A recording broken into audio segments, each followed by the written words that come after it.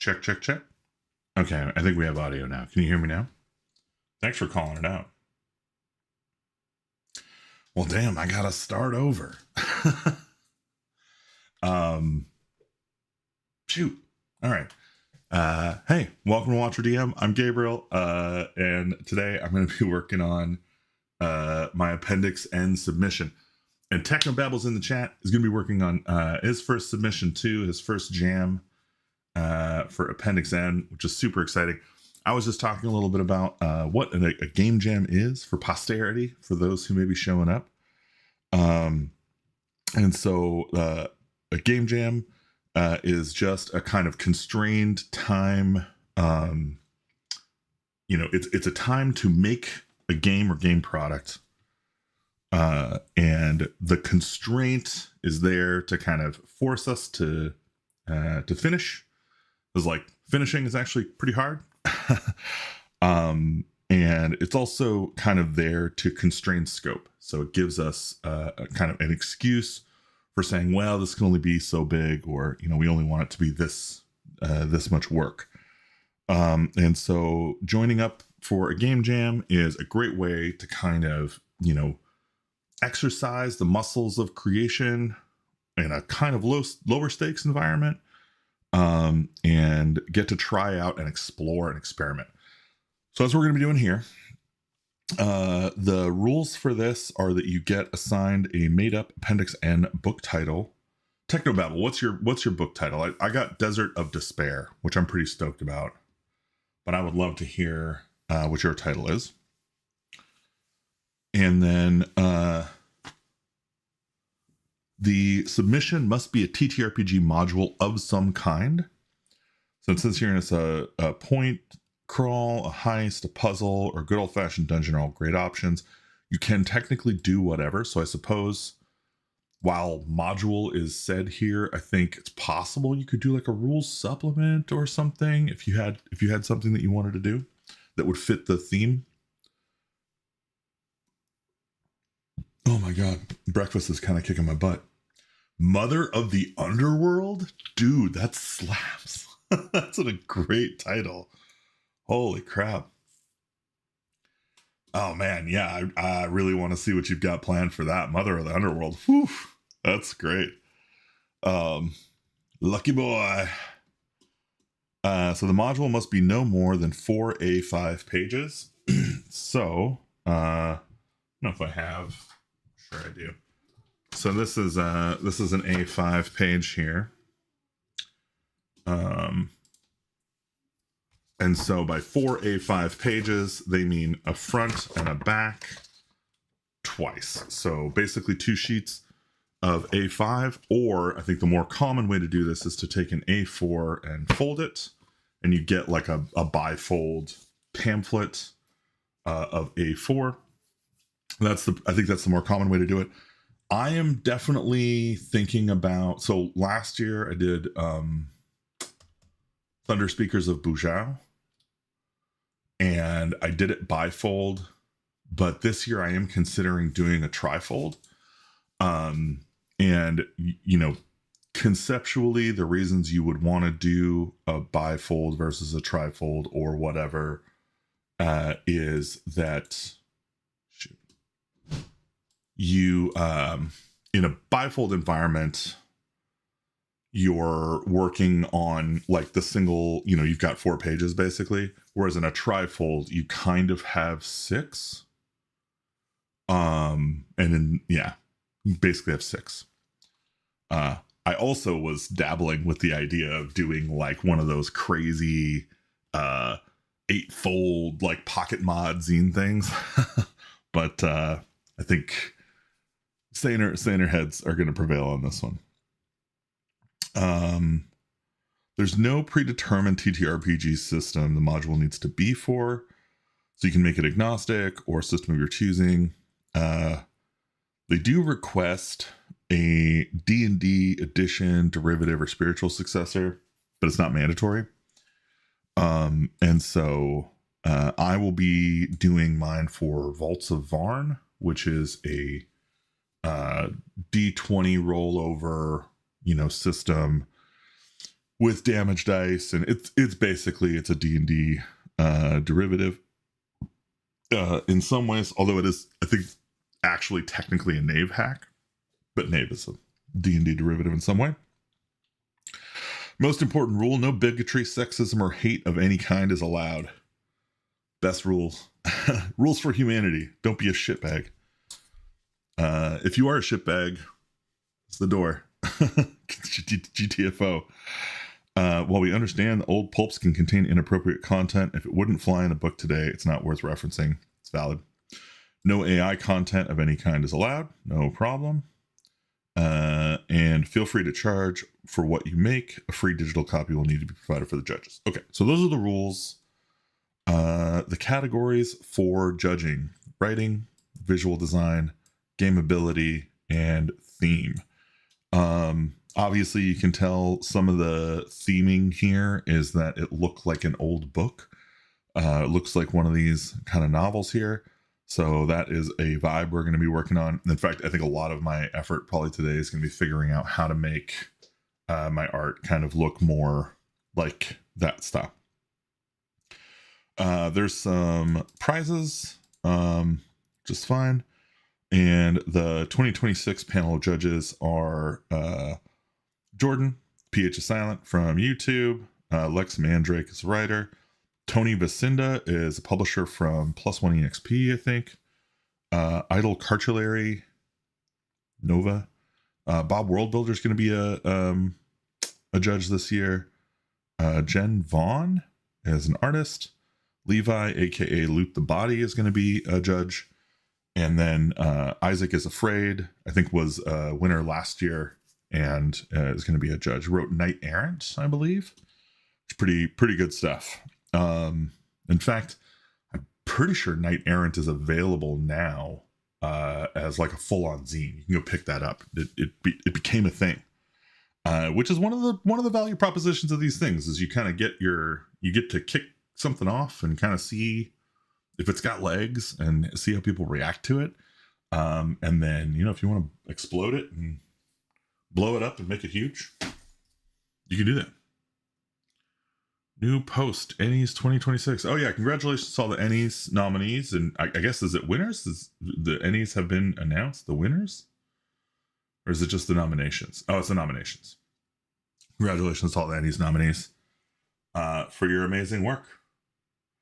Not gonna lie, as somebody, you're still thinking concepts. Yeah, I'll tell you my concept for mine. I think it's pretty. Yeah, let me pull up my art piece here that I've got. So Game Jams, appendix-n 2026. And we're doing Desert of Despair open. All right.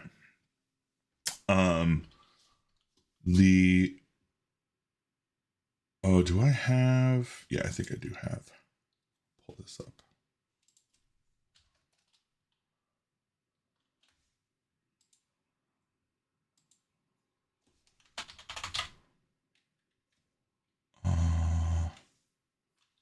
Desert of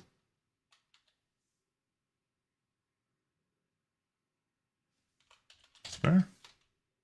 There we go. Appendix-n 2026. Let me see what I've got in here. Okay. So I was hanging out the other day doing some writing on this. Actually, maybe not. Make it a little bigger. I feel like it's shrinky dinky. All right, you can see okay here. So my thinking was to use kind of a 5-room dungeon structure for a kind of omen setup, like similar to Mythic Bastionland. And I want the feeling of it to be like you are in a desert that is inside of an hourglass, and that the sands are all shifting towards the middle of this point. My mindset there is that the desert of despair is like a desert of hopelessness. People are kind of trapped within the gravity of this place and cannot escape. And so, yeah, I think originally I kind of had it as like an inner surface of a vast hourglass, although I'm kind of reconsidering that as like maybe you're just inside the boundary of a source shield radius. Sand is constantly sliding towards a minor black hole at the center. This is actually an entity called, I think it's like the devouring god or a demigod of hunger.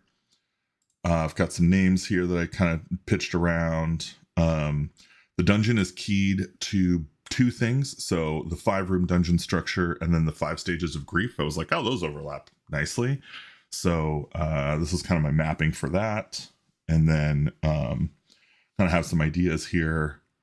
So yeah, the guardian kind of refuses to accept their situation. They're starving, dehydrated, and desperate to escape, kind of treading water in the sea of sand. Yeah. And so they're like, I just need a little more energy. I have to drink your fluids, kind of guardian. I don't know. I thought it was weird. We'll see if that stays in. And then anger is puzzle or role-playing challenge. So I like the idea of the entity kind of, how is anger a puzzle? I have not answered this question yet. This is kind of one of the things I wanted to get to. But basically the idea is that like, maybe it can't be harmed by, via aggression.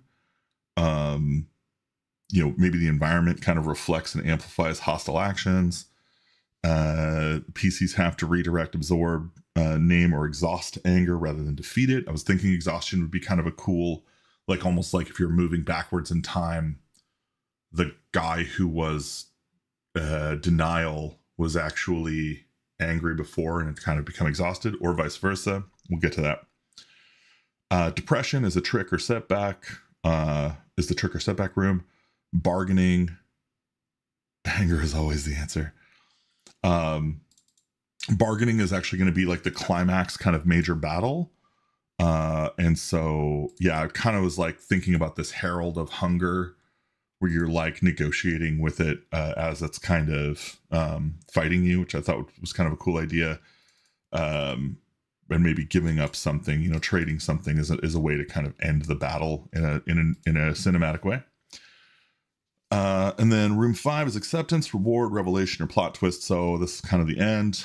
Of course, I've got this kind of visual motifs here. And then I was kicking around some additional locations. I didn't really love any of these. I mean, I like some of them okay. But I was laying around in bed and writing some stuff by hand. My buddy Kusa called out some advice I gave yesterday. It was really sweet. He was like, thanks for the advice on this. He was saying, because I had said that like writing things by hand kind of forces me to not edit while I'm writing. It's just like, you just put it down. You're committed. It's written in pen. And it's kind of like there's no real mistakes. There's no wasted effort. You're kind of just, you're putting it down so that you can review it later and refine it and stuff. Characters are compelled to attack each other during the battle. Well, so anger as an emotion, and that's not a terrible idea. I do like the concept. I'm not a huge fan of PvP as a requirement. Like, I think that's something you have to work out with your players. Like, in fact, I actually have a standing rule at all of my tables where PvP action, it has to be consensual. So if you're like, I'm going to steal that from the party, I will just ask the party. I'll be like, are you guys okay with them stealing it for purposes of the narrative? Like, we just go above the table. And same thing with attacks, right? If somebody's like, oh, I kill them, I'm like, okay, well, they would like to attack you. Would you like them to be able to attack you? If not, they're just going to fail. Because, yeah, that's not generally, I think, what we're doing. when we're playing these games, that they work better when they're cooperative. But also, the idea with this is that hunger, or the devouring, or whatever the kind of central entity is, that kind of gravity well, I think has like a manifestation, and that manifestation is these 5 stages of grief. So it's actually it's like the reflection of this kind of demigod living within its own sword shield radius that creates these omens. Because I think like each of these 5 encounters can happen at any of the locations. It's more like in Mythic Bastionland, where you've got a number of omens. And so this is button. Sure. No. Sure. There we go. So this is my notes for some locations. These are just things I've kind of jotted down. They're not, I don't, none of these are committed to yet, but we'll just talk through them and see what we feel like as we talk through them. I have the Archive of LIGO, gravitational studies, kind of a Vaults of Varn style archive could be cool. And I was thinking could contain some useful information about how the desert works, how the desert functions. A churning settlement might be like a market where people are kind of getting roiled into the sand as it rolls through, and so it's kind of always a new market emerging from the sands and an old market being buried. A stone garden is like an elemental nursery of livelings, which is these crystalline folk from Vaults of Varn. And then I've got a shipwrecked time traveler, a space whale carcass I thought could be cool. A boiling sea I thought would be interesting. Maybe it's not like I realize it's a desert, but like maybe some kind of non-water fluid that's like boiling away could be interesting. Dust geysers I thought would be kind of a neat idea. I have a harpy nest here with like maybe some bandit prey, like so they have some captured bandits that they're saving for food, and you can like maybe rescue the bandits.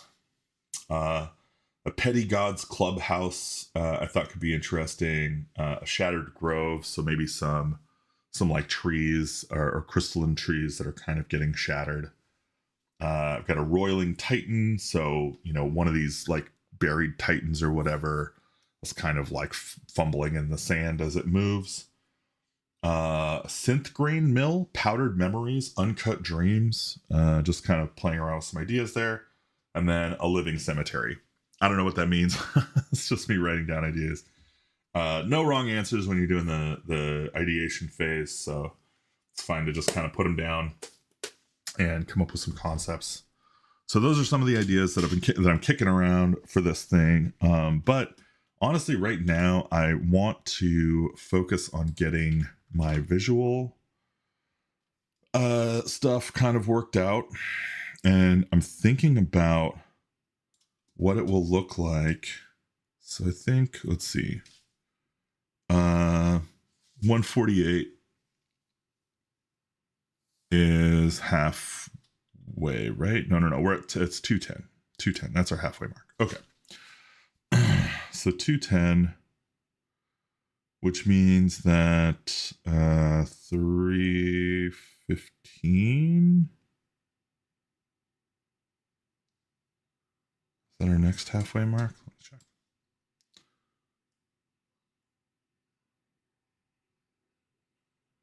Come on, buddy.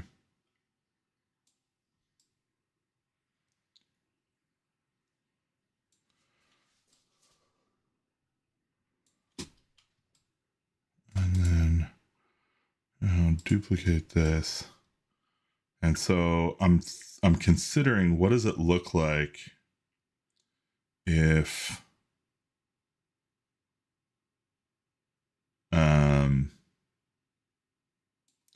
would it work basically to have the front be this cover here with some text and some text here and stuff, and then the back is like the back view of the same thing. So if I did a bifold, I could do like the front and back kind of showing the two different sides of the same gravity well. I thought could be kind of interesting. Of course, you know, I'd repaint this freshy freeish. I feel like I'm taking crazy pills. Why?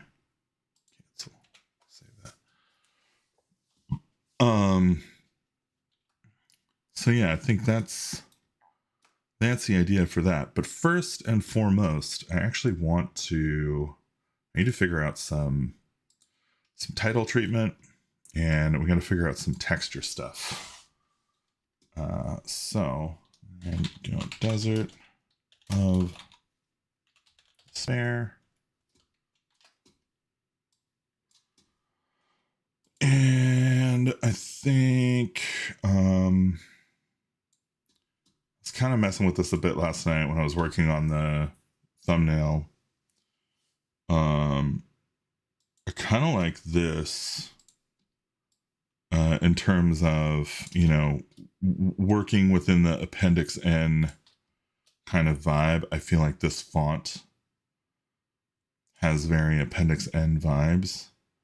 And then I'm wondering if this stream can become part of like the F maybe. I don't know if that's too silly. It might be too silly.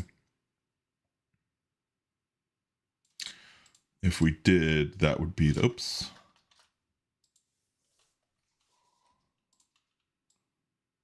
That would be the middle point there. So maybe I'd have to jimmy this around a little bit.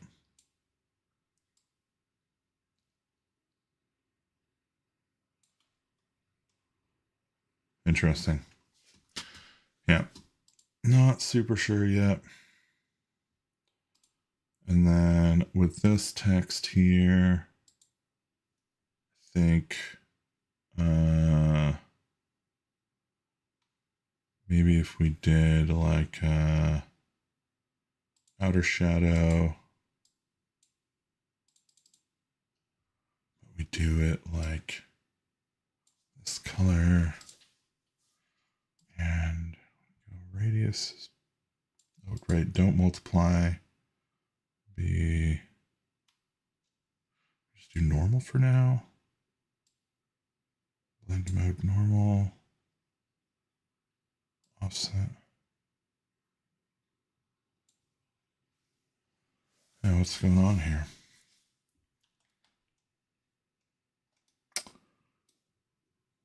Oh, interesting. Okay, yeah. Oh, I see. Yeah, that's actually. So, I want something like that. And then I guess. Oh, I see. It's because of opacity. So if there is solid opacity, which I think is how I'd probably go for it, that doesn't matter. That feels kind of like a appendix-n style title kind of text. Maybe make each of these kind of their own.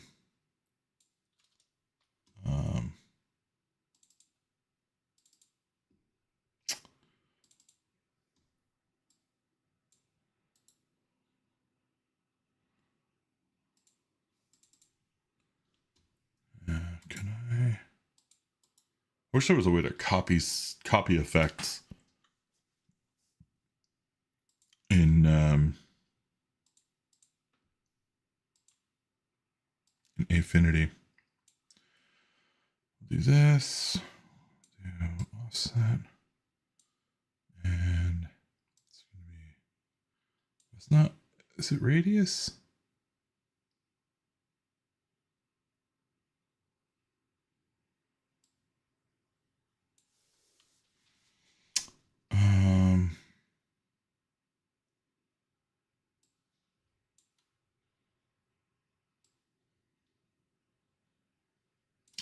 this needs to be made normal. Okay, yeah. That's good. That's good.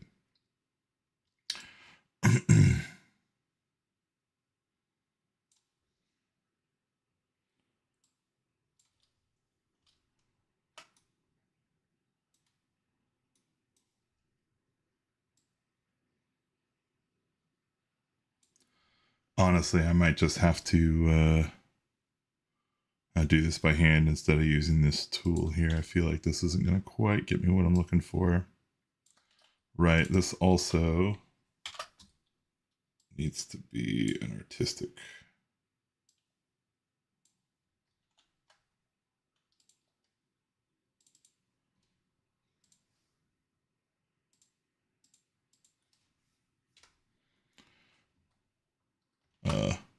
Hello?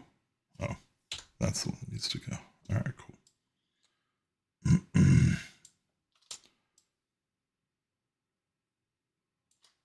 Come on, buddy.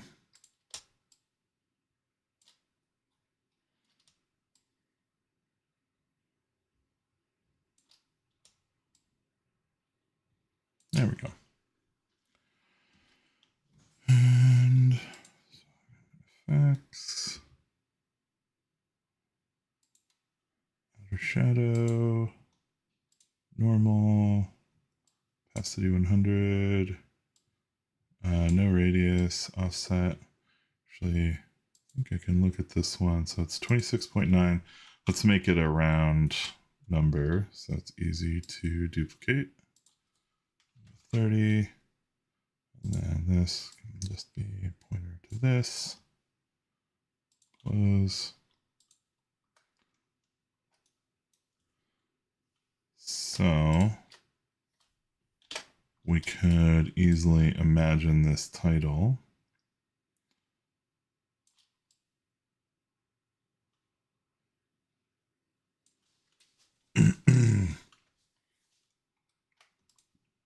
And then let's do a little bit of mucking about.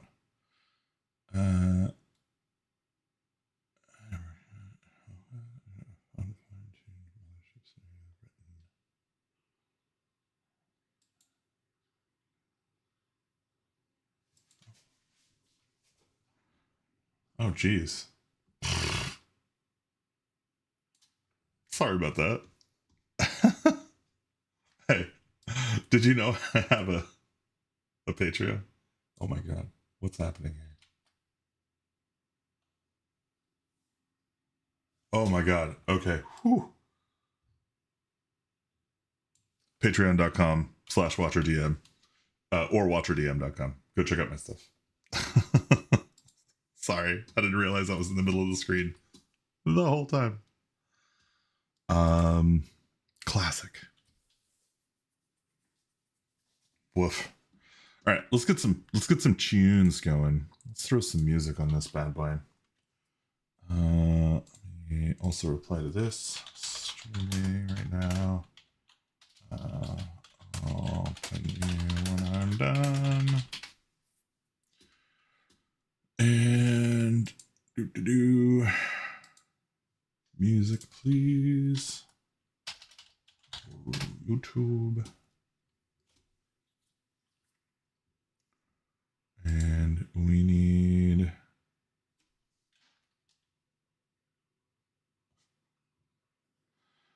what do we need? Need some NES retro music. And a juice.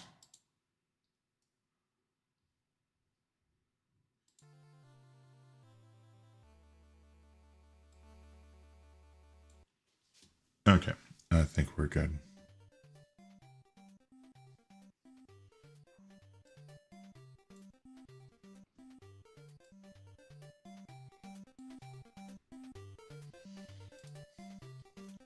You have to let me know if the music's too loud or too sparse or whatever.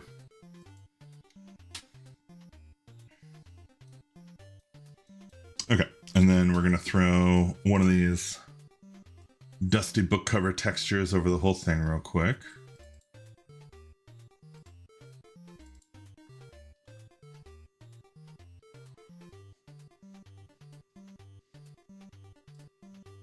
This one.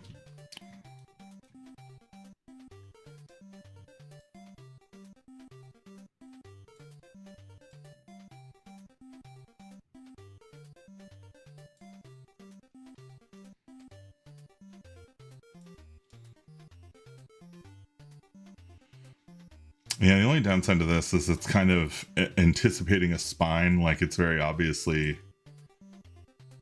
like A5, sure, but also not. So I think that one won't do.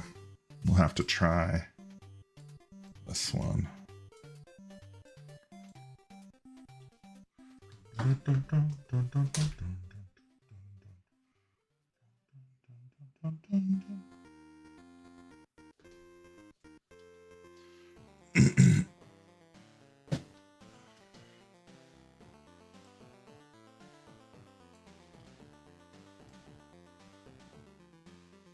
I feel like these all kind of need to go to the edge like that.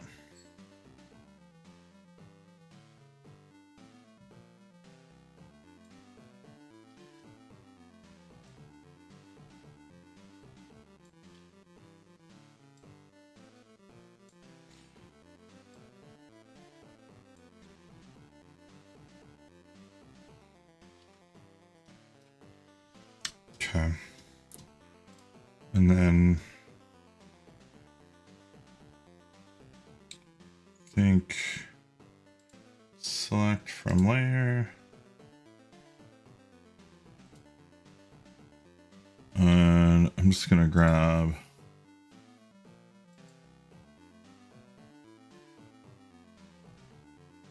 sprays and splatters, I think. And we can grab some airbrush, finest tiny tilts, finest spray fade. Yeah, I kind of want it. We'll try this. And then I'm just going to make a new layer on top with that mask. And then we'll tap into this. And I'm just going to grab a color here and I'm just going to try and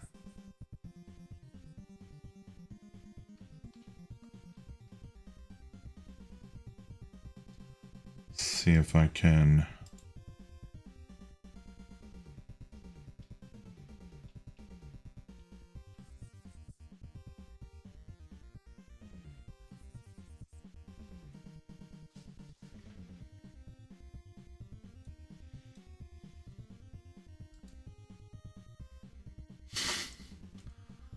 it's interesting, like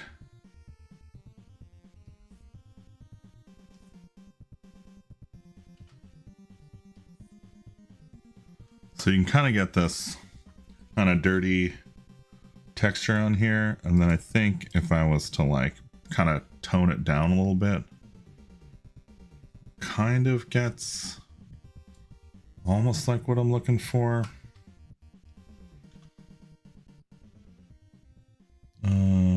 That's not what I wanted.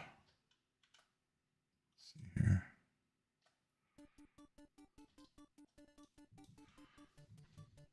I feel like I need some more good texture brushes. Do you guys know any good texture brushes?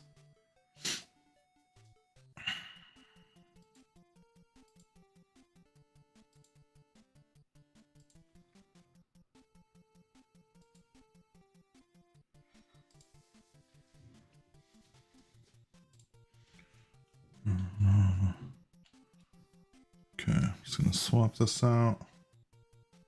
So this is also another kind of brush, spray brush or whatever. We're just gonna try this. Okay.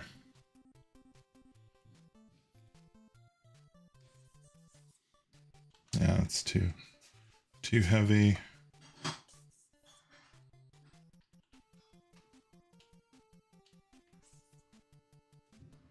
It's too heavy. In fact, I think This is what's kind of counterintuitive about this actually is that like the smaller it is, the better it is at kind of being subtle, which is kind of what I want. These look almost like they're too big, the particles. I can kind of push it back a little bit by just reducing the opacity. I think that almost gets me where I want to go with this. Like, I feel like there's some okay texture happening here.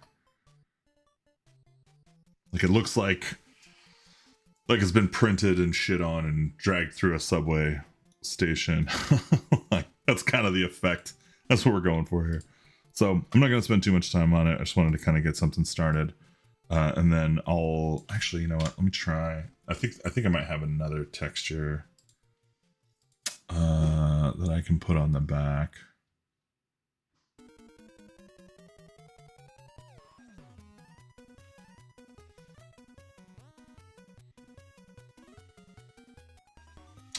Oh man, Torrin Atkinson's streaming right now too. If you want to watch a real pro go at it, that's where you should be putting your time. All right, this one. Put this up here. Let's see. This will be. Make this.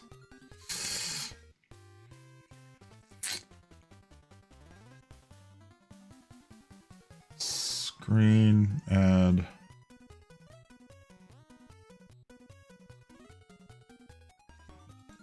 Yeah, I think we'll try this one, but I don't, it's probably not going to work. It's too light.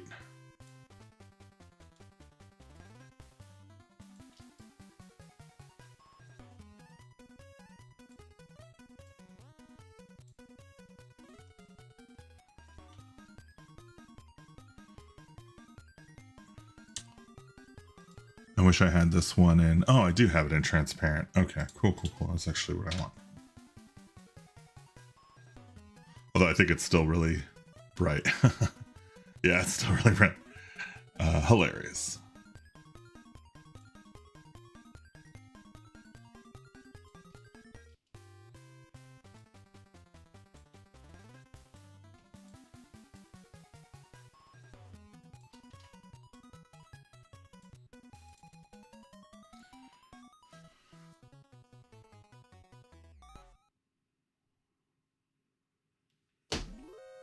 Okay.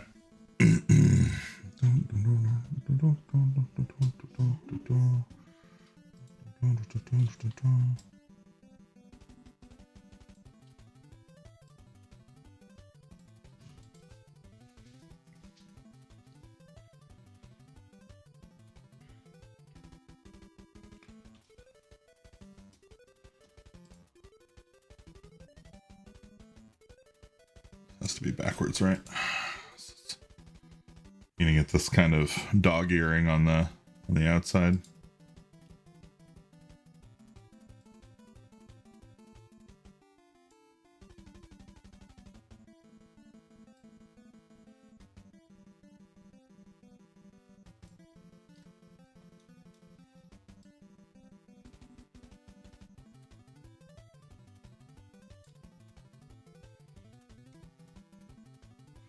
Hilarious. Yeah, it doesn't really have a.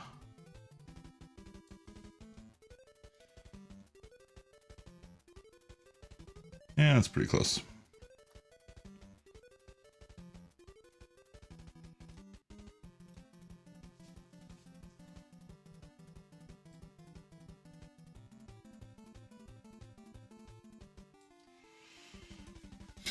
All right. Let's save that for now.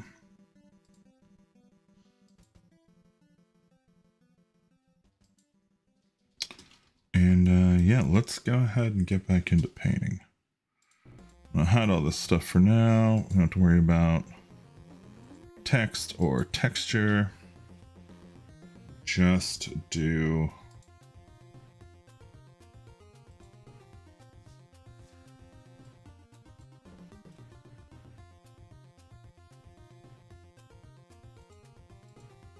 brushes. I'm going to switch to sit mode for this.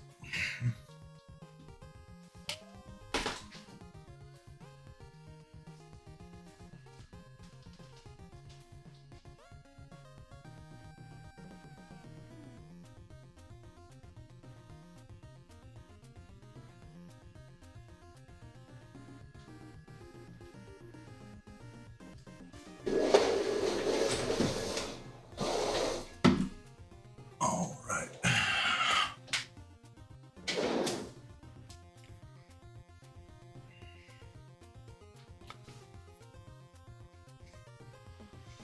All right. So I'm gonna grab some coffee.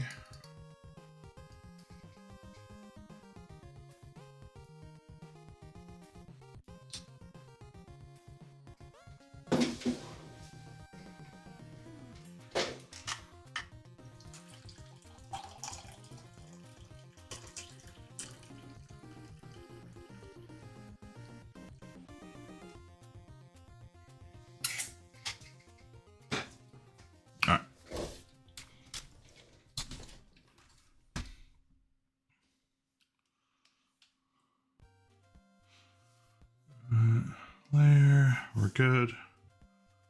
So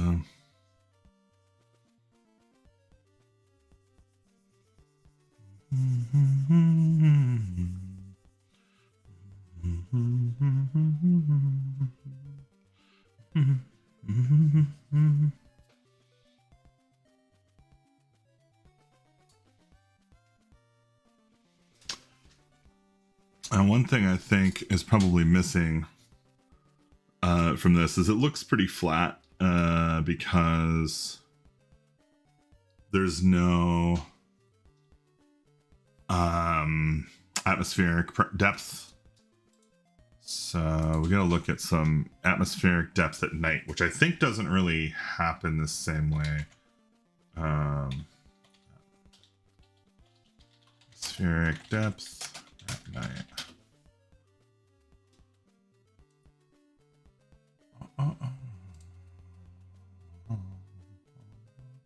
Oh, maybe it does. Atmospheric perspective. Even at night, they are brighter. That's interesting. Let me look at that.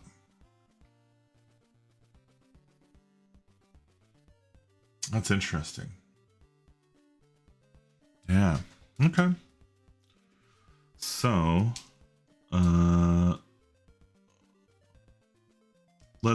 let's play with that idea. Let's see what that actually looks like. So if I was to take this color and we'll do an HSL slider. So I want to keep the hue. I think I want to reduce the saturation and I want to increase the luminance. Maybe just a hair towards the green. Let's see what this looks like.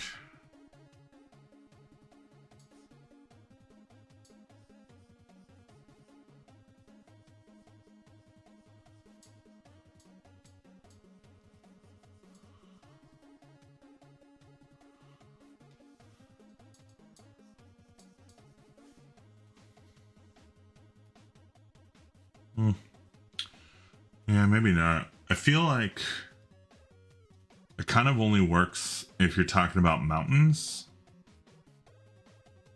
And mountains tend to be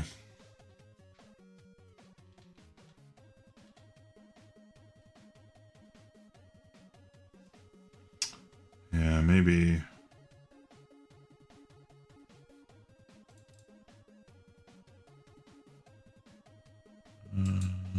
let's actually go back to this color.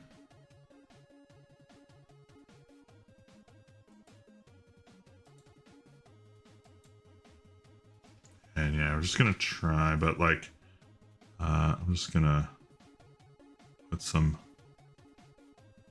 mountain shapes back here.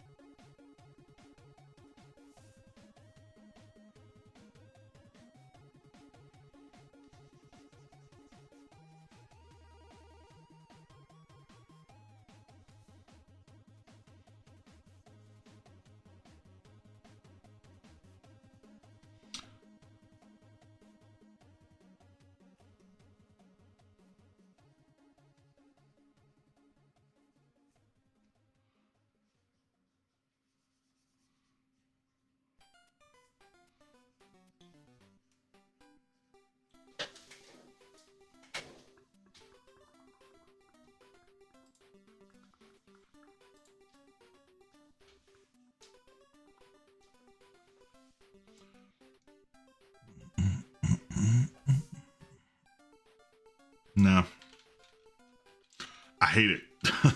Get out of here. The other thing I can do potentially here, mountains in the distance they can never reach. Yeah, I mean, okay, so full transparency here. The crazy idea I have for this is that each of the locations, each of the actual places in the desert are like on little bars that are like hands on a clock, and that the GM literally like rotate the things in gravity orbits around this thing, around this kind of center, and that's the map. That it's like a big crazy multi-hand clock, and your ability to get from one location to another is dependent on how long you have been hanging out. This is 100% crazy. There's 0% chance I can fit that on 4 A5 pages, but that's my deepest, weirdest desire, is to make that work. Procedurally, I think I think it's got some tooth. Mountains in the distance they can never reach. I mean, I think also conceptually this is kind of inside of a black hole. Like, you're not really inside the black hole, but you are inside the part where sand can no longer escape. You know, the things inside of that radius can no longer escape. Which is actually a really interesting like thing to think about. You know, we think about the source field radius of a black hole as being like the point at which light cannot escape, but light's like really fast. So actually the distance at which matter cannot escape is like much, much farther, right? Like at some point you will have had, you just could not muster enough velocity to escape the black hole. So there's like a really long period of time where you would be inevitably heading towards this blackness. That's kind of what I'm wanting to evoke. I don't know if it's gonna land, but we're gonna try it.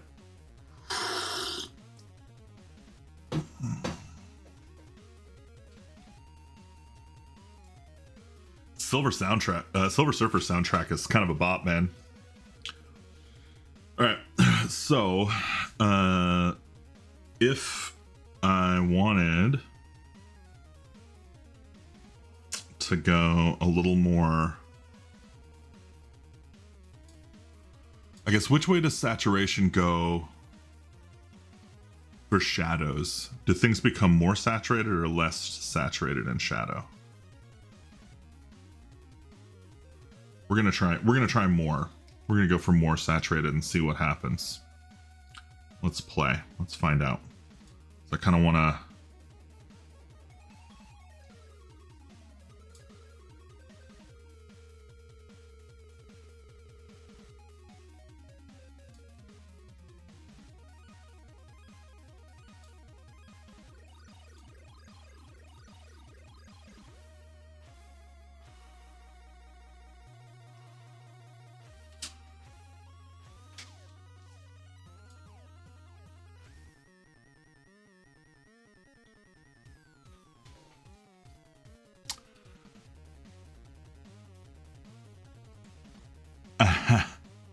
Thanks, Mom.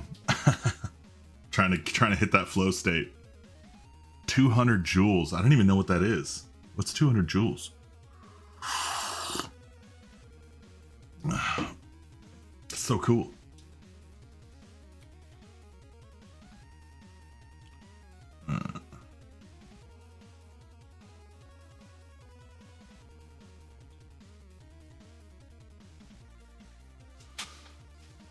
So I think one thing I'm thinking about here is like, if I put, I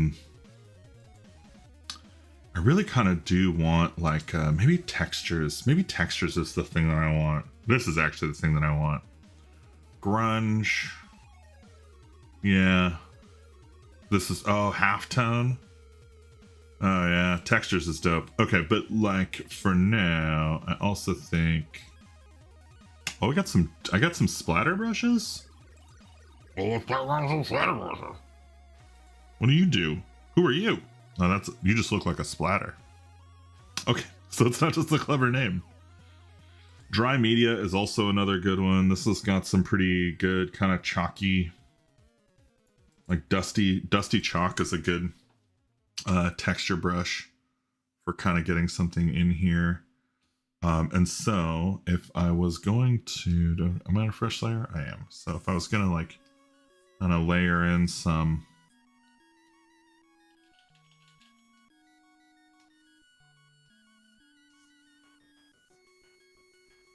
shadow down here, and then some atmosphere back here.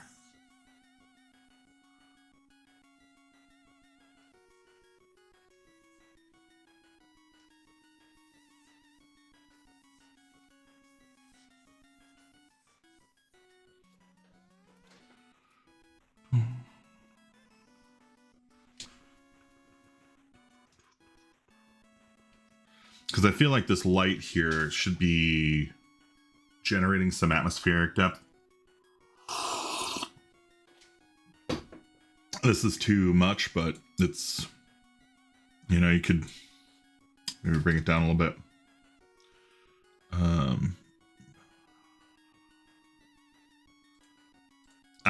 don't know.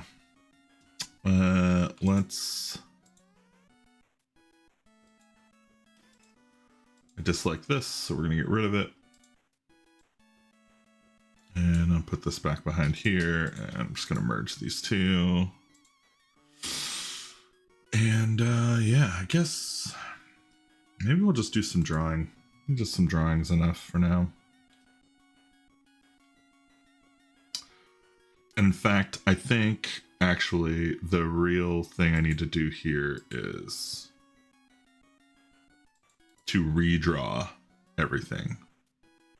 So one of the scariest things as an artist I've found for me is getting to the part where you're like, okay, the thing I've done is okay.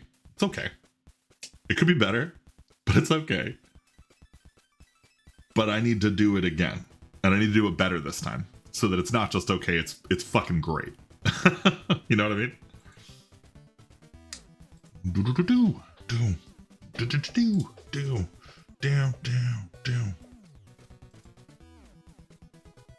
So, and I need to do it in layers. I got to do it with some concept of how I'm actually going to structure the image so that I can easily manage it later.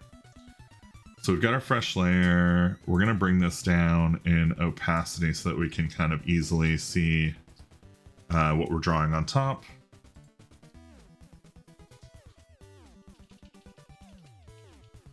And we're going to start with, let's get this actual black, because that's the heart of our image is this actual black here.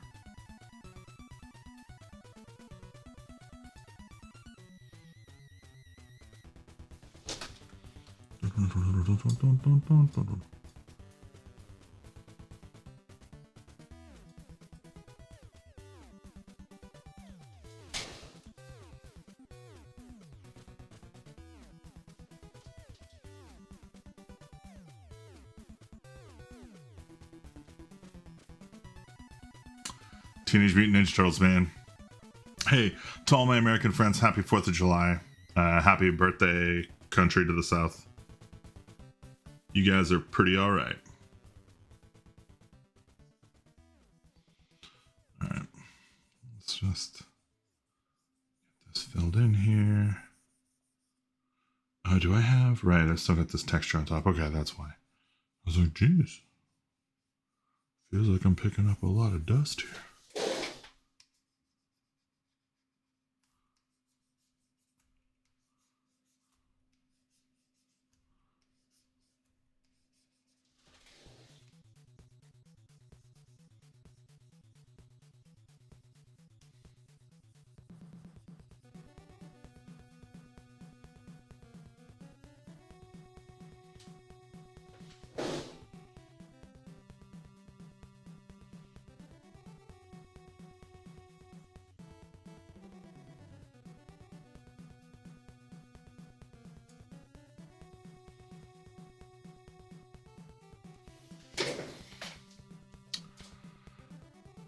So, Technobabble, you should tell me what some of your ideas are for your Mother of the Underworld. Such a cool title. I really want to know. And then we're going to do something here also. I'm going to test. Because I'm 100% sure this is freaking wrong.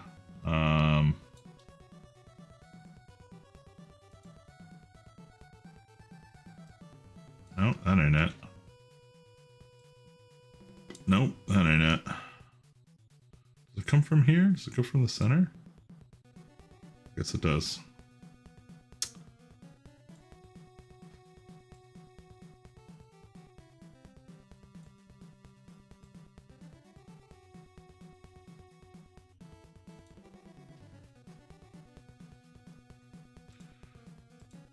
Okay.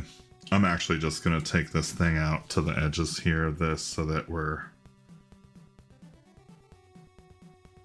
hitting the circle. It must be even on all sides. I think that's fine.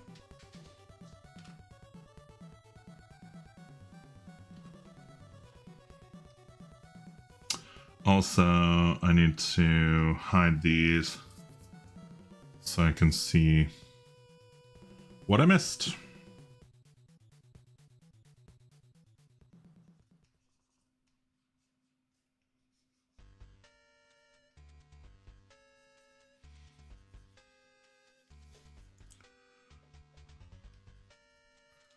Okay.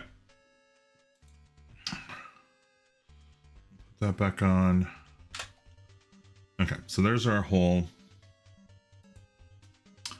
That's what she said. And then we're just gonna, I definitely want this Godhead thing in here. So we're just gonna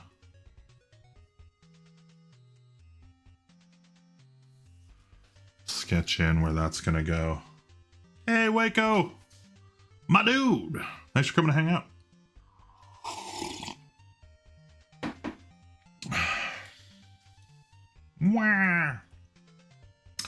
I don't know if I actually want the Godhead to kind of be that buried / close to the front. Like it could technically really be anywhere. So maybe also I feel like maybe I should check my proportions on that. Let's try something real quick. Let's put on a symmetry tool because it's definitely it's a statue, right? So and it's of a god. Mother is a dead titan still spawning creatures in a dark, deep cave system. Mother is a dead titan. Like a kind of Angerboda, Mother of the World kind of thing. Yeah. Love a giant stone head. You can't go wrong with a giant stone head, it's true. Let's see if I can move this over a little bit. And I'm just gonna sketch up a quick what's this? Lock it. Mirror lock. There we go. So let's grab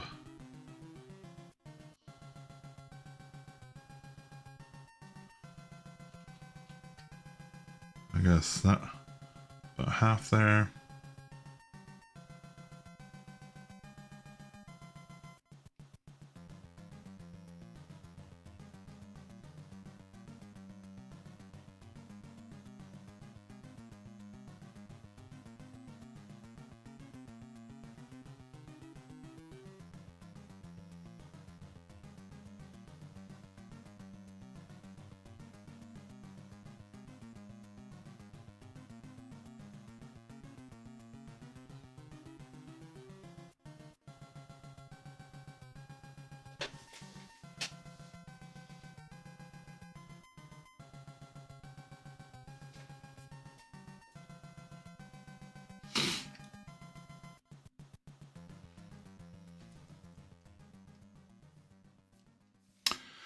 Weird that other giant stone anatomy doesn't evoke the same feeling. Imagine Prometheus that they just found a giant foot instead, or a giant phallus for that matter. Like Jesus. It's like, just imagine the archaeologist standing around being like, well, I'm not taking credit for this one. You can have it, Bob. So, I'm not telling anybody that I found the world's largest dong. Largest stone dong. Would be hilarious. Yeah, I guess, yeah, there is something weirdly human about the face, right? Like hands and faces, hands and heads definitely evoke. I feel like feet are like the great shame of man. We're like, yeah, we used to have hands down there. It was probably better. A little bit. Everybody I know has a hard time drawing feet. I especially have a hard time drawing feet. In fact, let's use that prompt. Let's try and draw feet. So feet.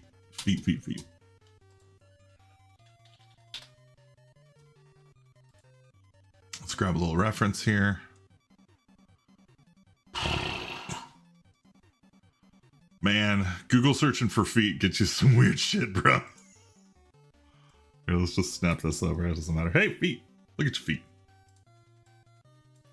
Let's try and draw feet.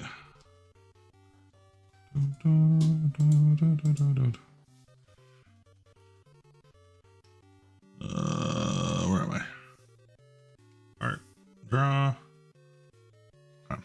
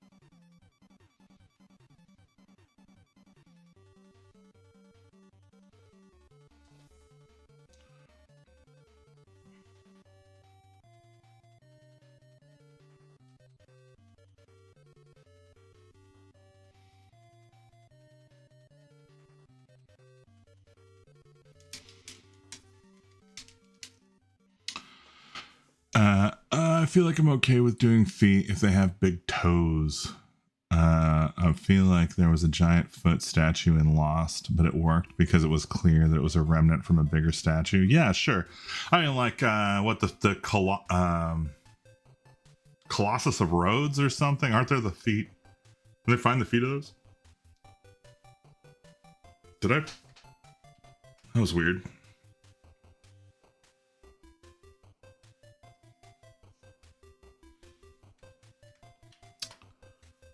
I have an okay time drawing cartoon feet, I think. But even then, I'm not, like, great at it, you know?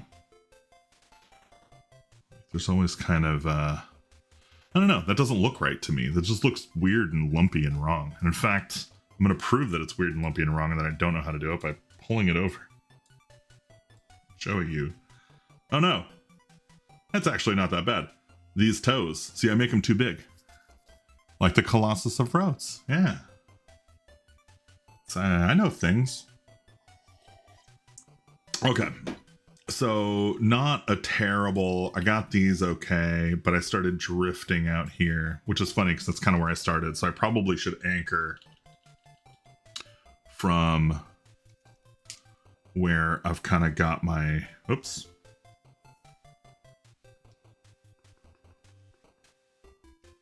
Oh. Now we're doing it in a weird color.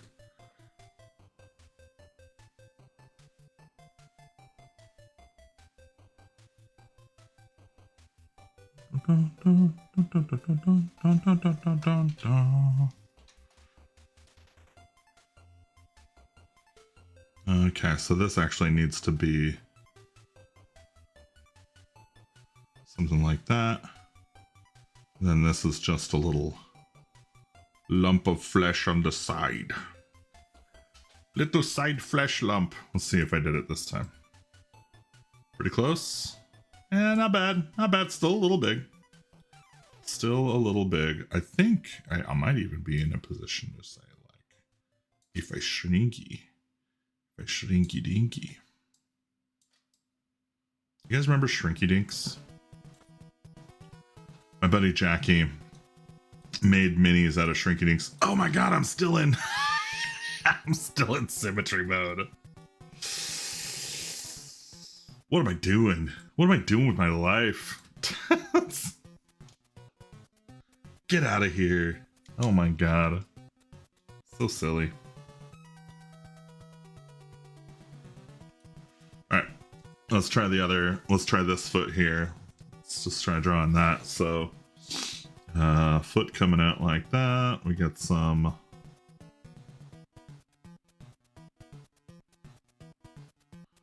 I feel like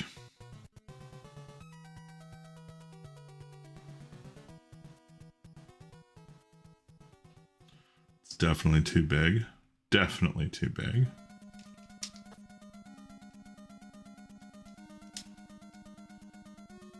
Maybe that's too small. And then honestly, this is the most uncomfortable part for me, is this, like, the thumb, but it's not a thumb, it's like the big toe or whatever, is just facing the wrong direction. Like, all the other toes are like, I do groundwork. I'm on the ground. I point down, you know, keeping you on the ground. The big toe's like, hey, what's up there? What's going on? Like, it's in a constant sniff.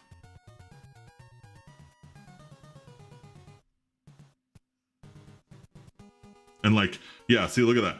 No, just fucking no. This is the heel, too tiny. And like, this part looks too big. And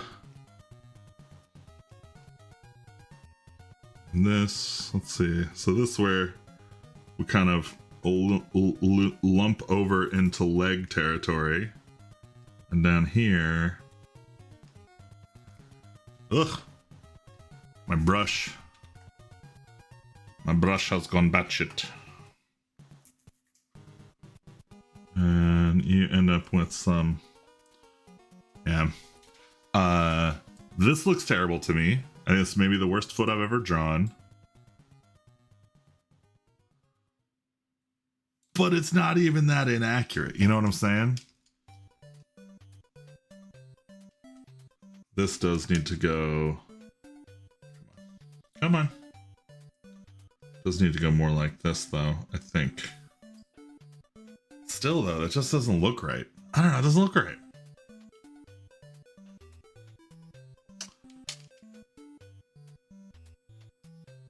Yeah, these are actually all fucking wrong. This is supposed to go like this.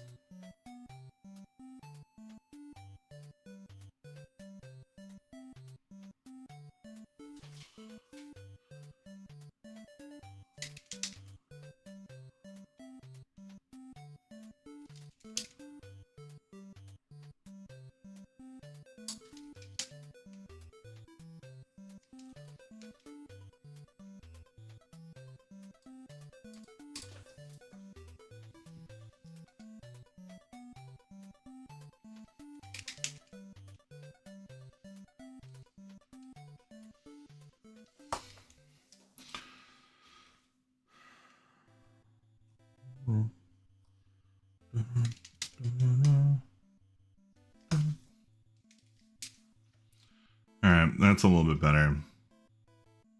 I mean, it's because I traced it. But still, though, like, out of context, that does... Feet are dumb. Fuck feet. Why do we even use those? We should have hands on the bottom. Feet are deformed flippers, an abomination to our aquatic roots. It will always look horrifying under closer scrutiny. Exactly! That's what I'm saying. Make a foot statue and watch people just go, no, not for me. That's not my favorite.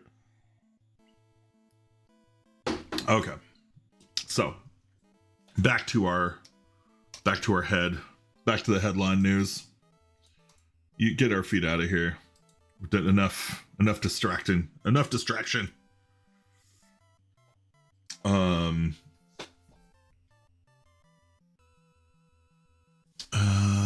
I guess I can put symmetry back on. And we can do a little more of this guy with some symmetry on.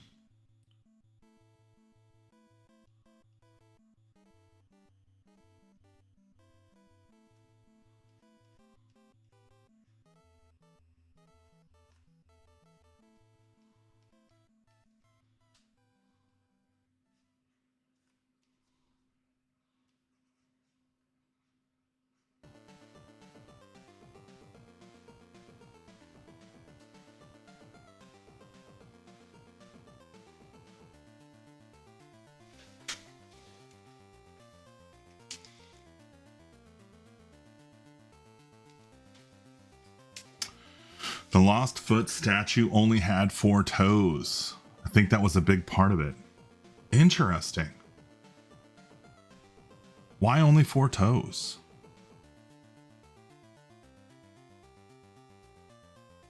The party response to a giant foot statue would also be a great litmus test on who's likely to betray you all as well.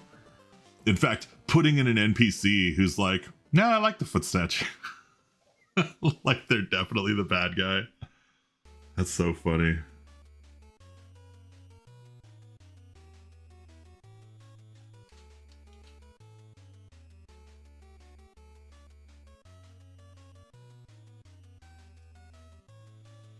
Oh, that shouldn't be mirrored like that.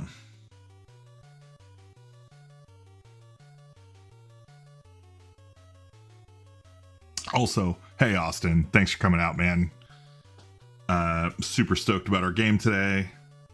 Just so everybody knows, I'm shouting it to the world. Austin's cousin and friend of mine, obviously we're all friends, is going to be running her first game of Troika today. It'll be her first time GMing anything, and she's going to run a game for us in Troika, which I just couldn't be more excited about. It's going to be really, really fun.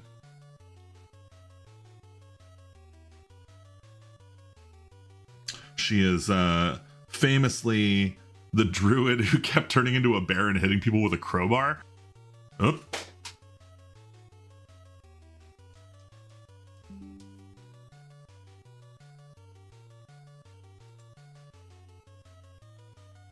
Okay, it looks like it maybe dropped some... It says I dropped connection there for a second. We shall see if... You've never played Troika. Well, we should get you in a game. We play online, usually on Saturdays. It's in our afternoon usually, so it's like 3:30 to 5. We play like really short, like hour and a half, 2-hour sessions. But Troika's great, man. It's a snappy game. It's got some really... I think my favorite thing about it is the... like all melee contests are contested. So like if I'm fighting you with my knife and you have a sword, we will both roll our skills with knife and sword respectively, and the person who wins does the damage. So you don't, like, there isn't such a thing as action economy in a way, because the enemies attacking you is also you attacking them, if that makes any sense. Now, that doesn't happen with ranged attacks, but it's a really interesting kind of solution to the problem. What am I doing? What am I doing? I need some guidelines here.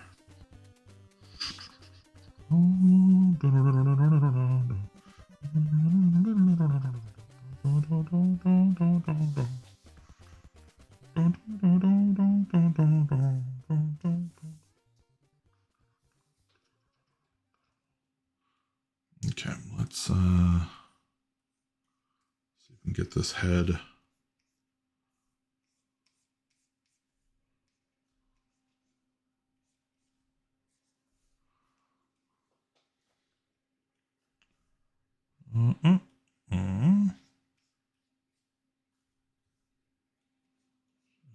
That size there, and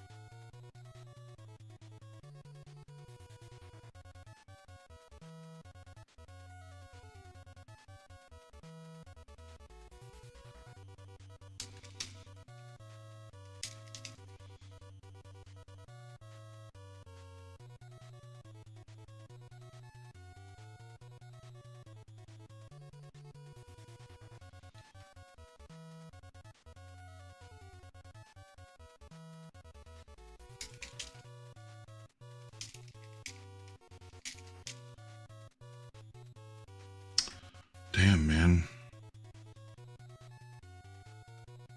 Pen's being super shitty this morning.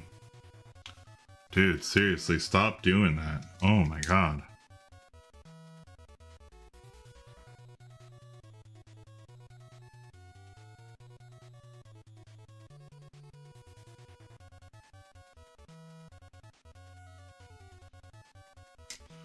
Also, this is too... his head is too long. Too long! What's your normal distance there? It's like... it's not even that big. So it'd probably be more like... this.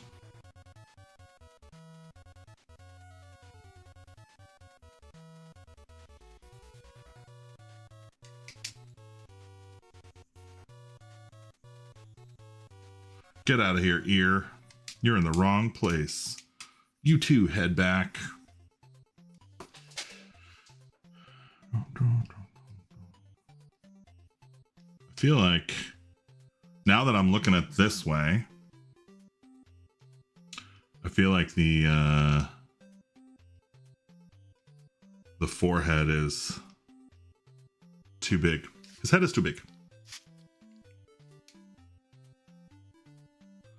Like, this should be maybe like this.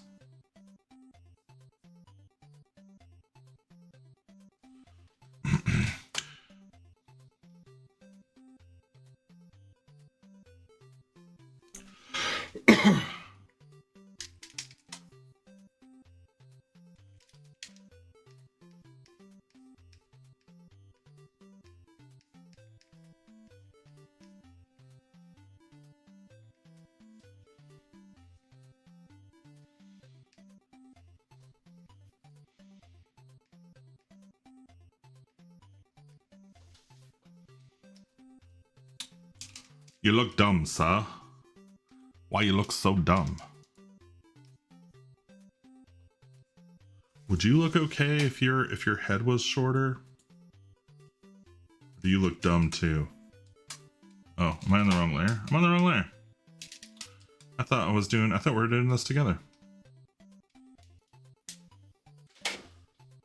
No, it doesn't look any dumb. It doesn't look dumb.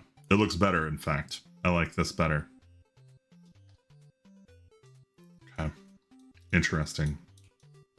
Which I think might be one of the problems with this guy down here.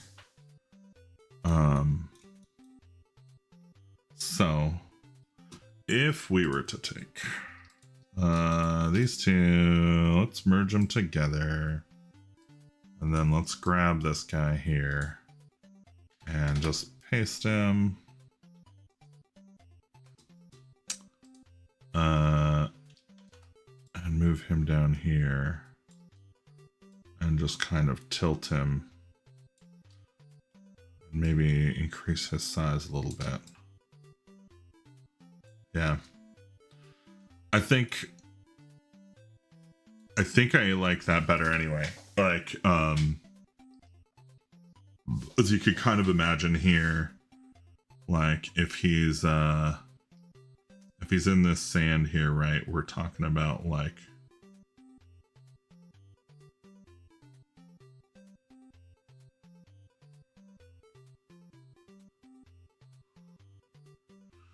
something like that.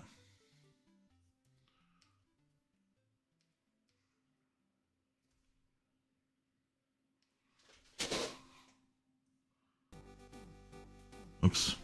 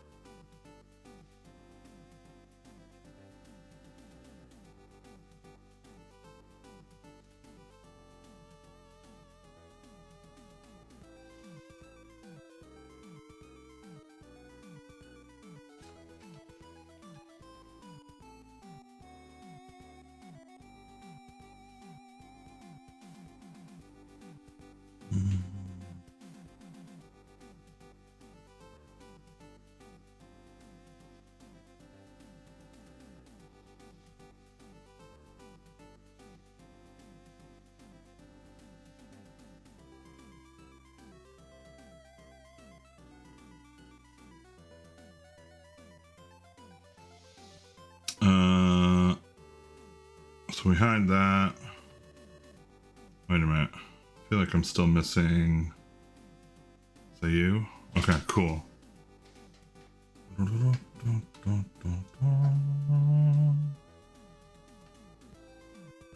not gonna lie, as much as I don't think that this is technically a better, like, drawing, I think it is actually more on theme for Appendix-n.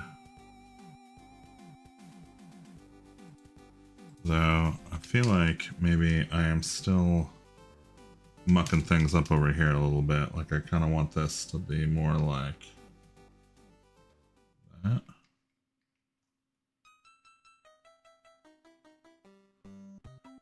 And this is just going to be totally in shadow over here, right? Although I guess not, because there's going to be like some light back here.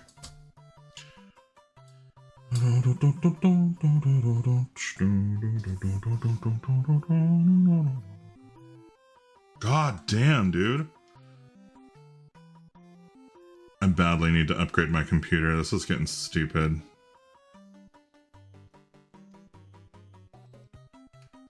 Seriously.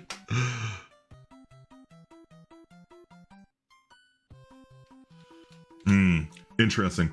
Actually, I wonder if the right answer to this is like sand kind of piled up, right?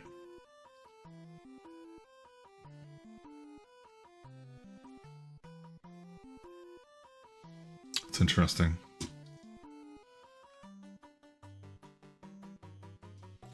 That is interesting. Okay, let's turn this back on for a second and see.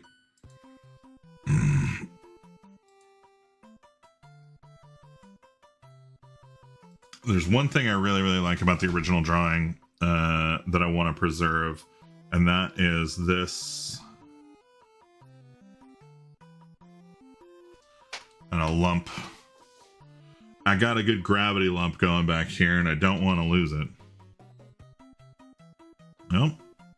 Can't start that way.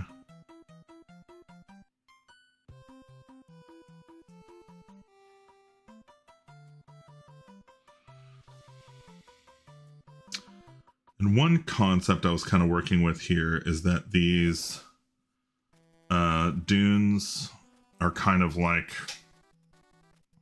they have like waves in them from the gravity displacement. I don't know if that's gonna work. Oh, I don't know.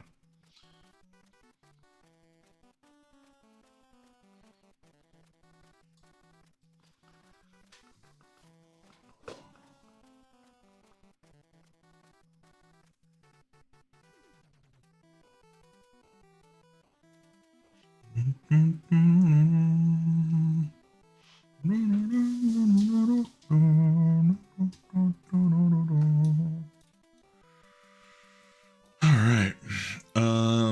Yeah. So let me bring this back up to full here so I can grab these colors.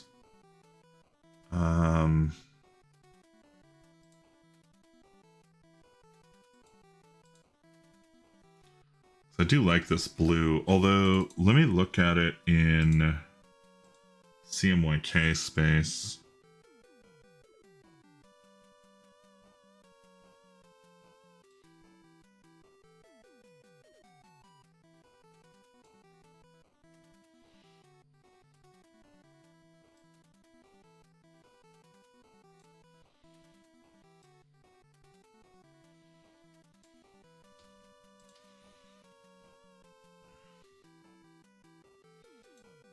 Okay. Let's just imagine for a moment.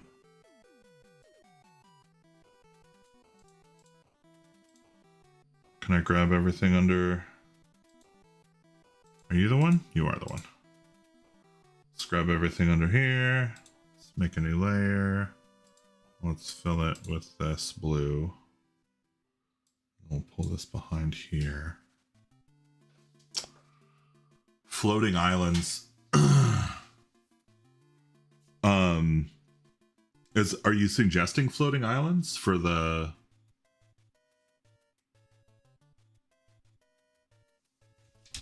I'm not sure what where floating islands is coming from. I don't think so. I guess. Yeah, no. I definitely want the PCs to be kind of stuck. I want them to be stuck in the ground. Because I definitely want the moving of the sand to be like one of the major effects on their play. Right? They're being dragged kind of through the orbit of this thing. Unable to escape and really unable to kind of move back. Like they can't go farther away once they close orbit. They can't move to an outer orbital. I think that's what I'm thinking.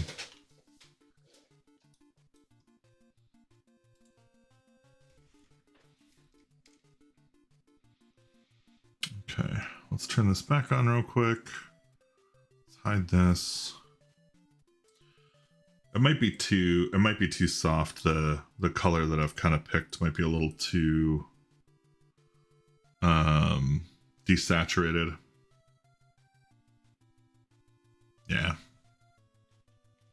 Yeah, it looks too desaturated.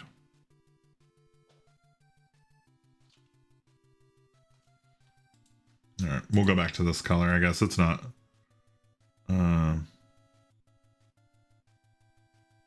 What happened here?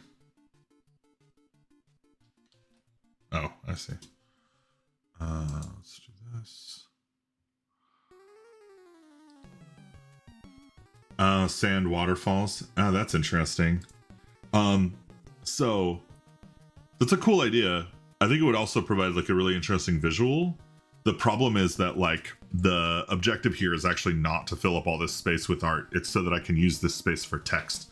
Because this is going to be like, it's a layout, right? So like I'm actually trying to kind of keep some portion of this down here even for some text and have this portion up here for text. So I think the way to conceptualize it is if I open let me crack open Publisher real quick.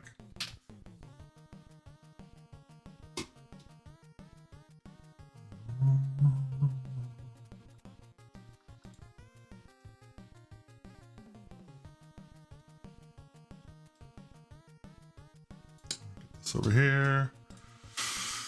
Open. It's Howling Bastards.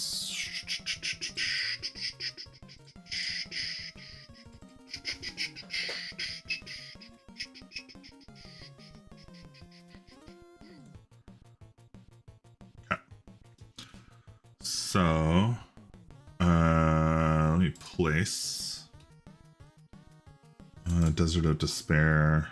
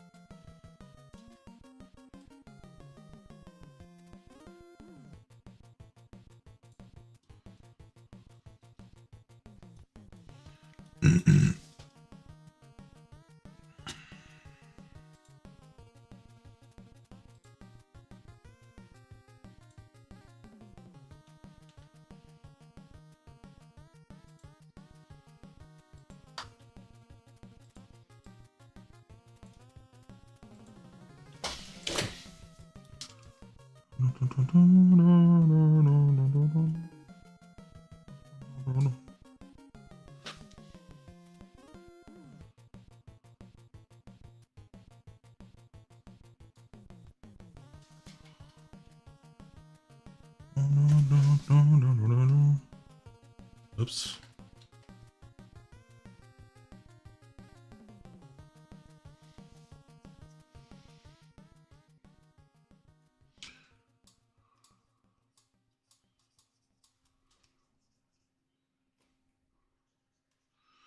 I also like how it kind of creates the impression of this like eye in the sand. I think that's a really cool effect that I definitely want to keep.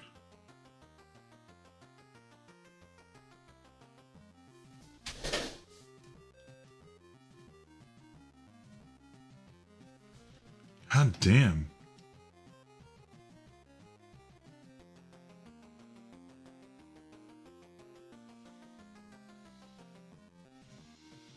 Let's look at this real quick.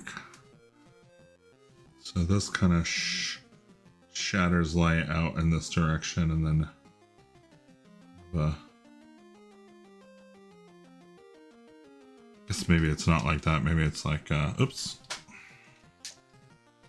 Oh, I'm on that layer. It's fine.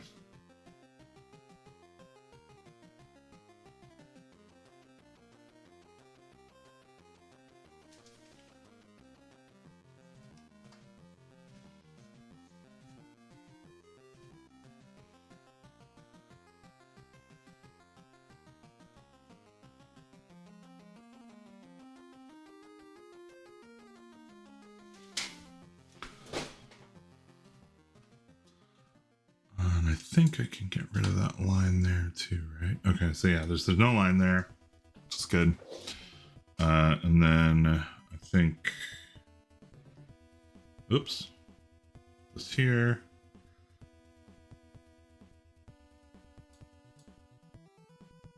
I'm actually going to turn on snapping. Why aren't you snapping to guides?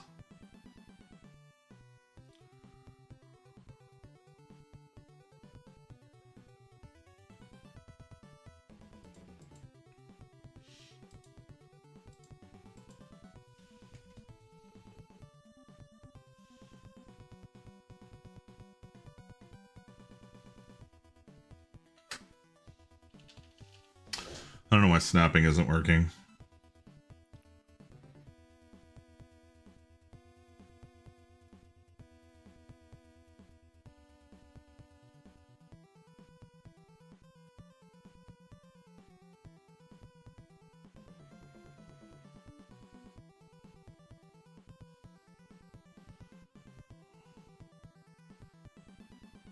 All right, see you later, Technobabble. Thanks for coming to hang out, man.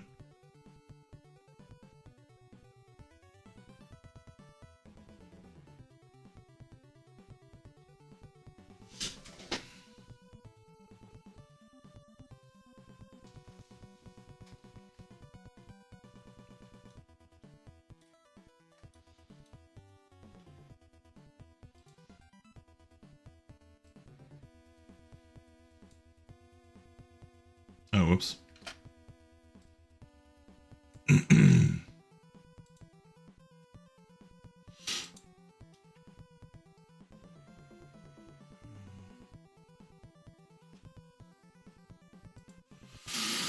Let's do a round. Let's do a little bit of this.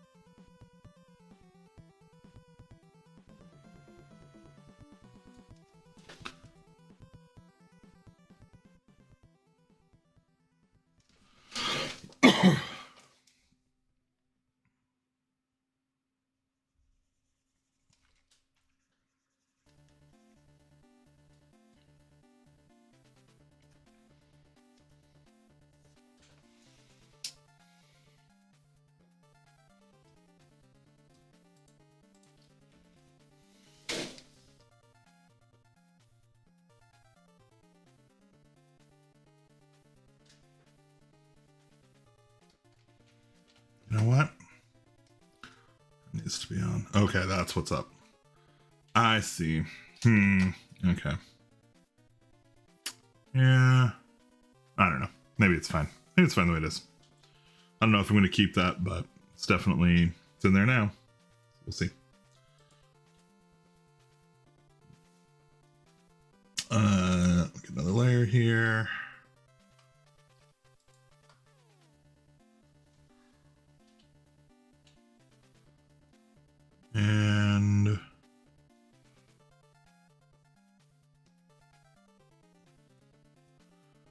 Add some black.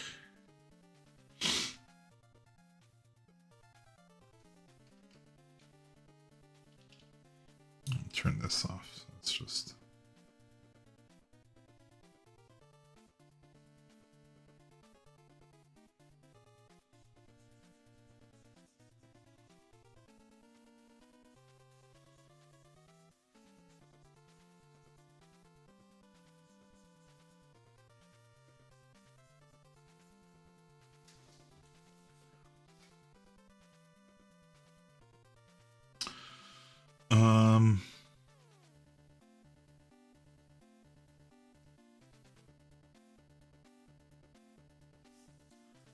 And then probably what I'll do here, so I'll make another layer, and this one I'll do with the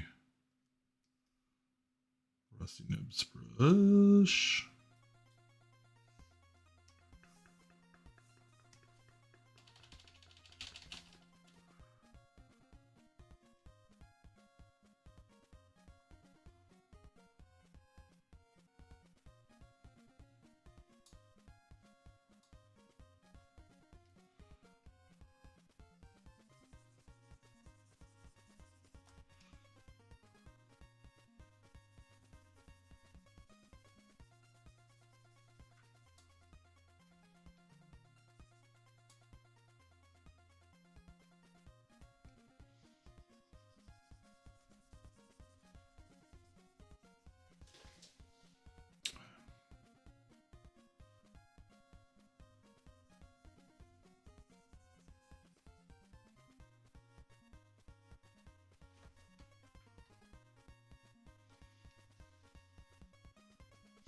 Actually, I think this goes like this, not the other way around. This will be...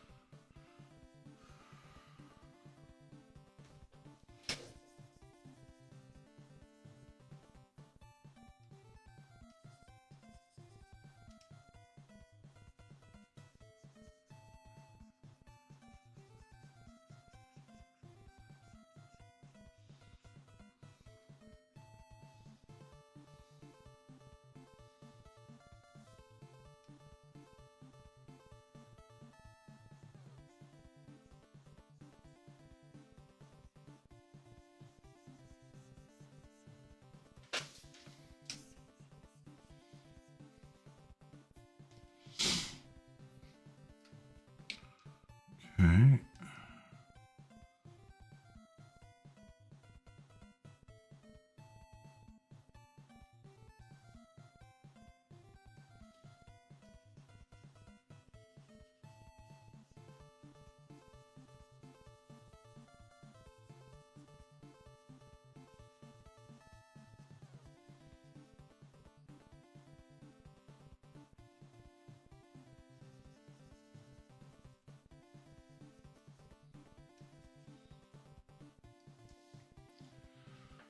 Is it? I don't know if it is, man. I can't see it anymore. I've become blind to it. I feel like the original is still better, but I'm not done yet, so it's, you know, that's how it goes. Thank you for the compliment, though. I appreciate it. I think it'll look more sane to me when I do this part. When I do like the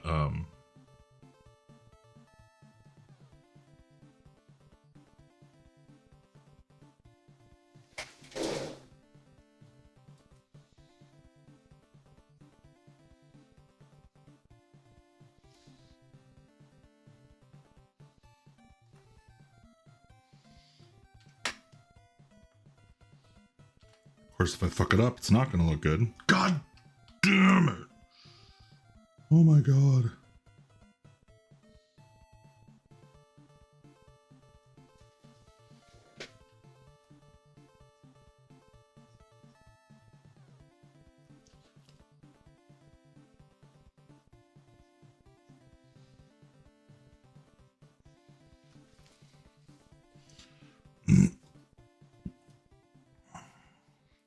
Uncanny Valley. This isn't quite a normal human vibe, and the light really conveys the scale. Okay, cool. Well, thank you. I'm actually worried that it's like too far down. Like it needs to cross the boundary of the gravity well to kind of get the distance feel. The good news is, I think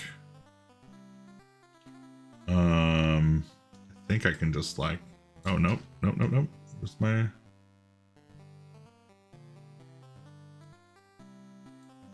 Down here. Put this in here.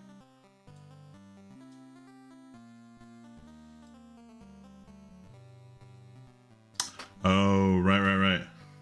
The only downside is that the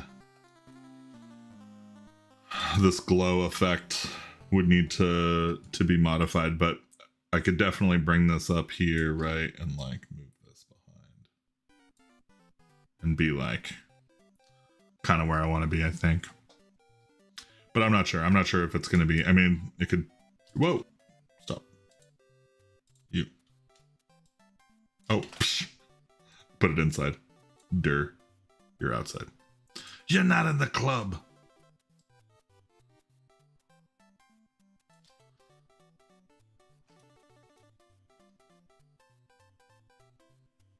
I don't know.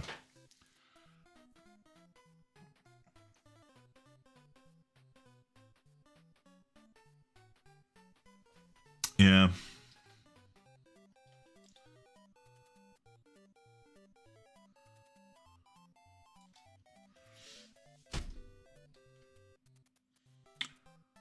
All right. Well, I still also need some debris. I need some like kind of classic debris in this stuff.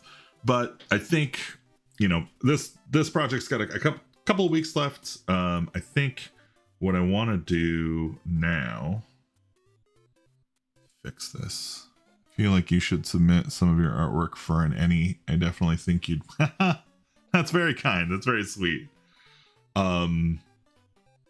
I have only submitted like one of our things for the Ennies. I kind of feel like it. I don't know. I don't know. I don't really have a lot of time to submit things for awards, and I think I'd like somebody who likes our stuff to do that. I don't know. It feels weird to me to do it. I just then again, for the Ennies, you have to submit like fucking copies in triplicate or whatever to like every nerd in the sun. Literally submitting Seven Sealed Spirits to the Ennies cost me like $150 plus, right?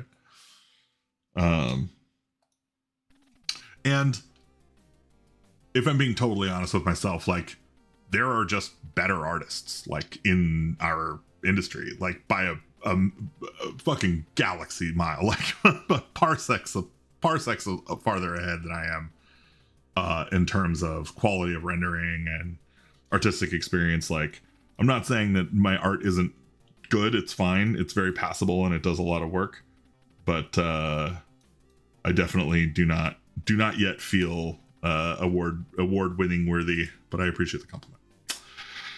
All right, let's pick out some things that need to happen here. So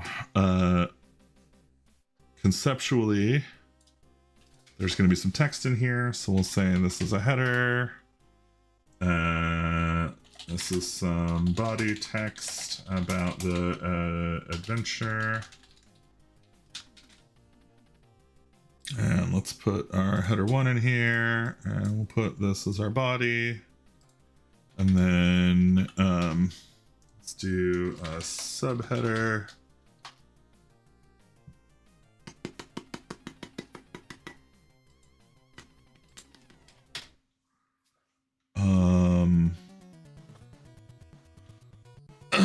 And then I'm probably going to want, let's do bullet 1,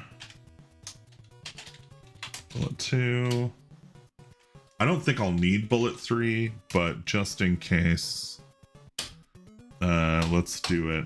And then we should be back at body, but we're not. So I'll have to fix that.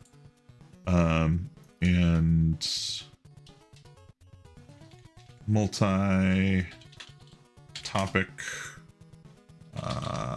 paragraphs and stuff with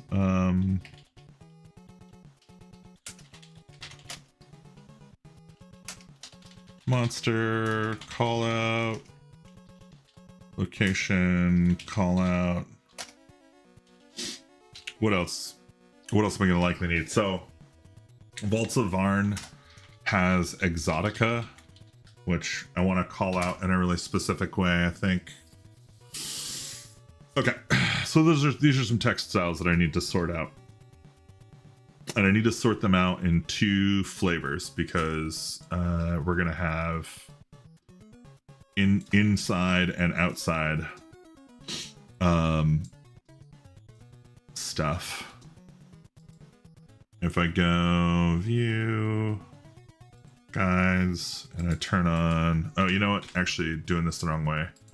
So hack for the affinity nerds out there. Make your guides and stuff on your master pages, and then you don't have to do it a bunch of places, and you can update them all at once. So 2 column, we'll do 6mm gutter, which I think is the same as my border. I tend to use 6mm margins, which is, I think, just under ½ inch. Maybe it's just over, actually. Is that right? No, that can't be right. Is that right? That totally can't be right. 1 inch is 2.5 centimeters. So 25mm is 1 inch. So it's closer to like 1/4 inch. So it's about 1/4 inch.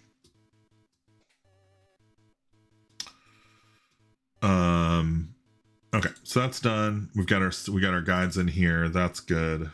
This guy can now go here. And then we can, this guy can go here. And let's do some style stuff. So, header 1. Let's think about fonts. There were a couple of fonts that I kind of keyed off of right away that I thought were kind of cool. Arbotech is great.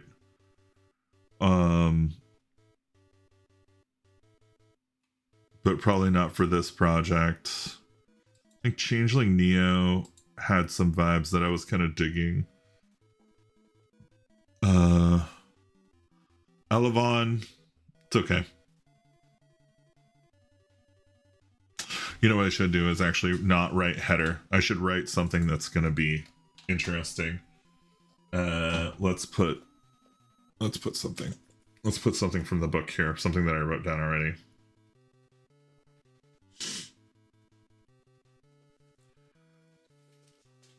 Okay. Yeah, let's do, let's see. So this is actually going to be like locations, right? That's almost certainly what's going to be said there. And then maybe we'll do, man, I guess like background. Let's just say background. It's actually going to be like that. And then subheader will be like archive of Lego. And then let's actually do this like we would for a OSR location.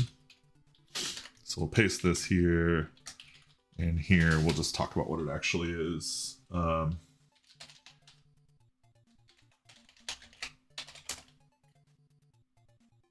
Gravitational Studies Library from the Age of Titans. see.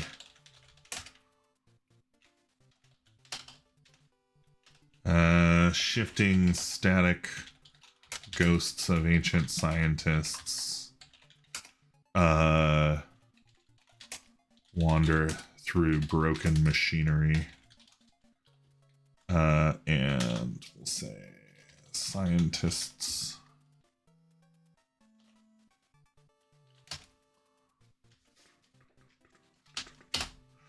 And oh, through broke machinery. It ain't broke, it's broken. Broken machinery. So this is none of this stuff is probably gonna stay. This is just me kind of putting some stuff in place to test out a few things.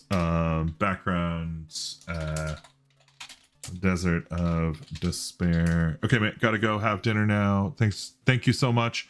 Tell Melly I said hello, and I hope you guys enjoyed dinner, and I will see you. I'll talk to you after. I'll ping you when I'm done with streaming, which honestly is probably going to be relatively soon. I think I've been going for like 2 hours. But thanks for coming and hanging out. The Desert of Despair is a gravitational anomaly.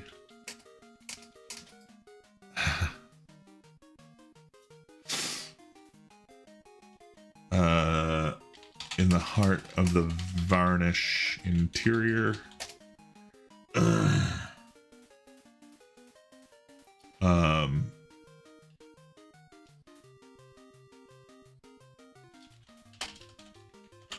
Focused around the colossal mass of an ancient demigod / experiment gone wrong.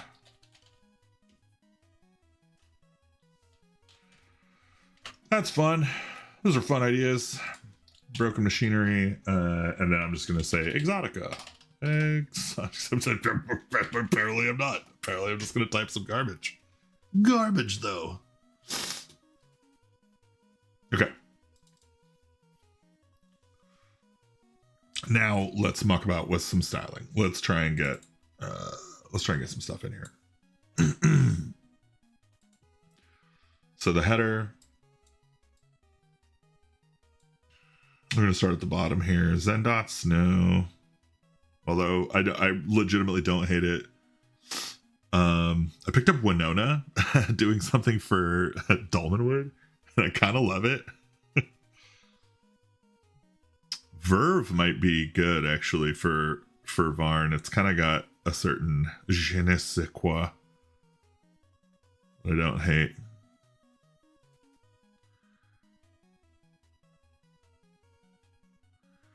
Trade winds is no. Titan 1.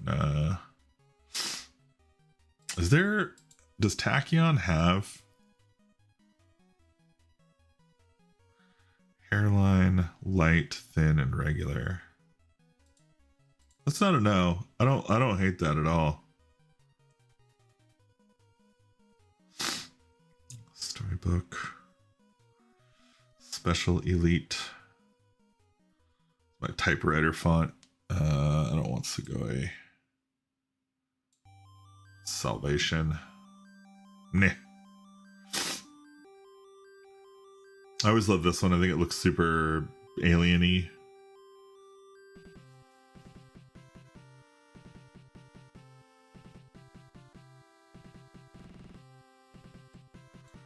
This Rubik glitch kind of looks like it's got some legs, maybe. It's kind of got a certain ripped apart by gravity kind of vibe to it. Ah, I kind of like this. Let's bring it down a bit though. I don't think 20 is like too big.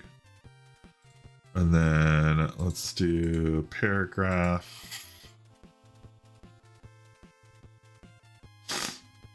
Yeah, I wonder if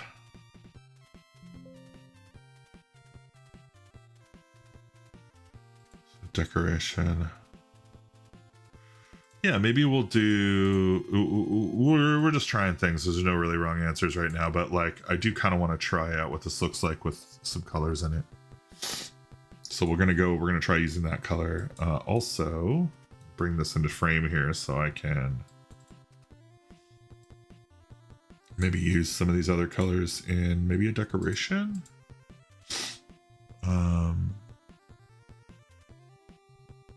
Maybe underline instead of this. Maybe the stroke will be this color. And left will be to the column length. Column.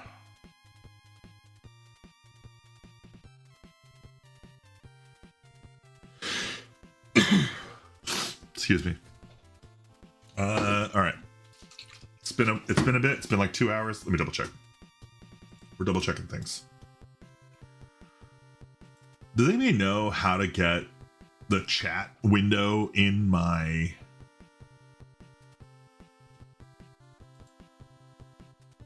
Hold on.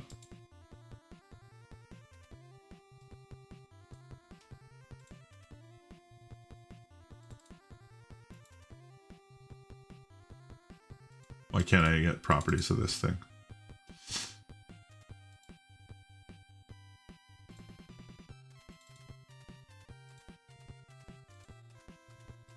Oh my god. Hold on. Ha! Does anybody know besides me?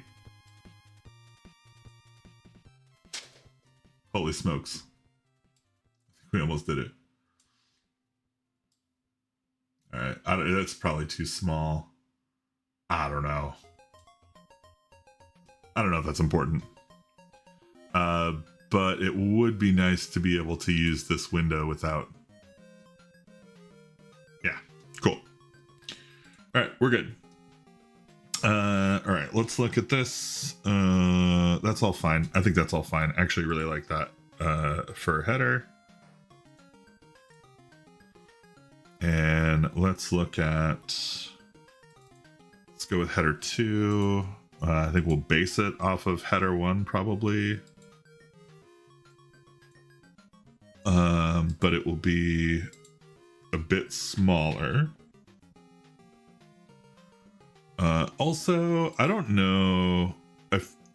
I wonder if I should have a second font.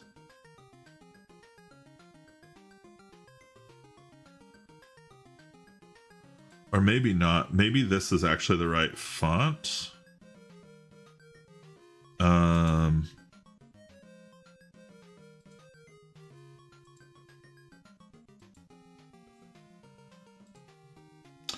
But maybe it doesn't need... Yeah.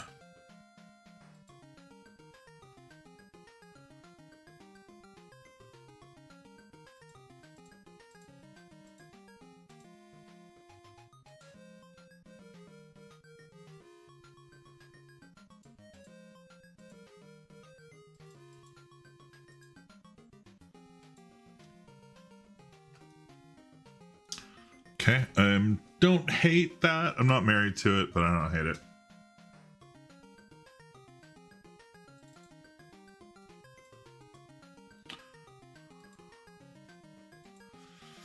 Okay, now we need a body font. Of course, the old classic is Allegoria Sans. It's like my favorite font of all time, but I'm trying to try some other things here, so...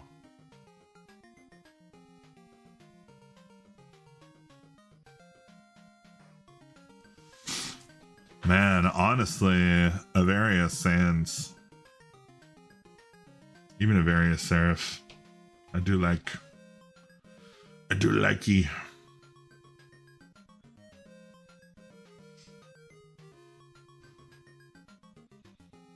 Cambria is a no for me.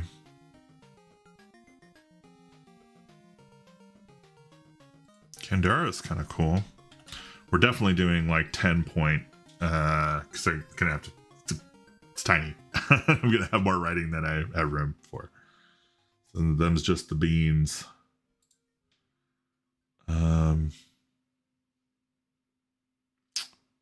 Cascadia Code and Cascadia Mono have a certain texture to them that feels very sci-fi, but maybe too sci-fi.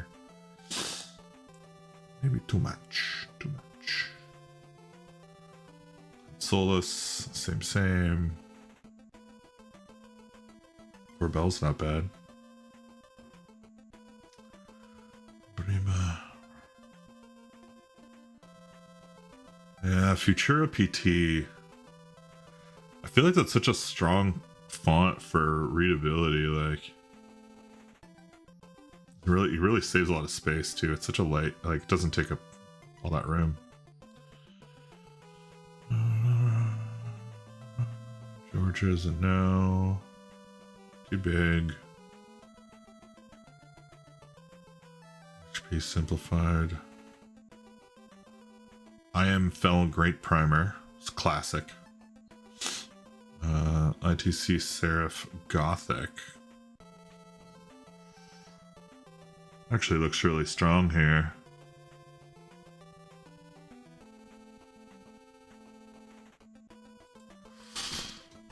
Alright, I think we're gonna try with this, and the only thing... Hello? Oh, right, okay. Is instead of going with black, I'm gonna start with this color here, and then we're gonna dip this towards black, so that we're actually cooking in like a pretty dark blue. I think that'll be more appropriate.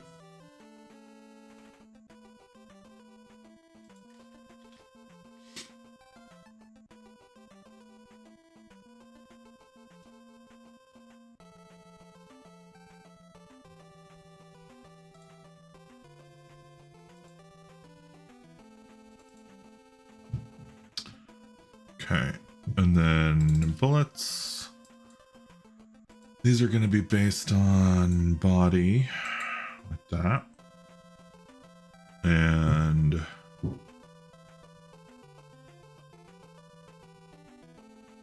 oh, interesting. Yeah, I didn't even see how the B is for this, but that's really very vibey. I don't know if this is... Maybe this is too much. Too bold. We'll see. We'll see. And then we're going to do a little shape for our bullets here. And I think our shape will be squares, little square babies. Then we'll go with like 5 mil or 4 mil maybe. 4 mil is probably right.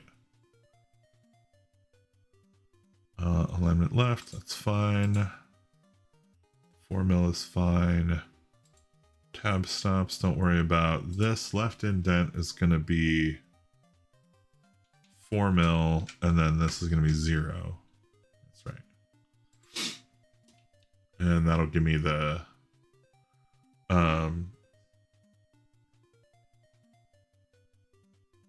that'll give me the effect I'm looking for, where I'm like hardy hard little robot love. See how it drops into that same line there. Loving scientists eat cheese.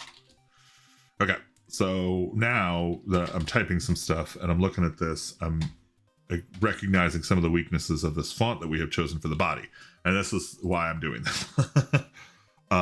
This font does not support bolding, which means that I basically cannot use it unless I want to have like a completely different font and styling for my so ITC Serif Gothic.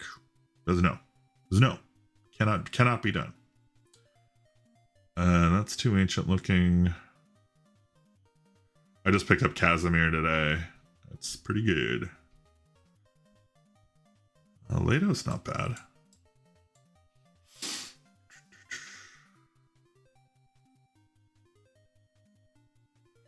Yeah, Lado's not bad at all, actually.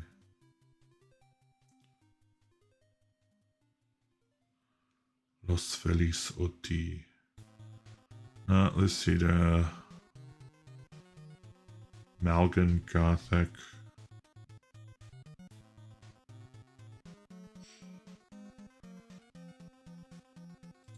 The Microsoft fonts. Normala text is way too much line, too much leading.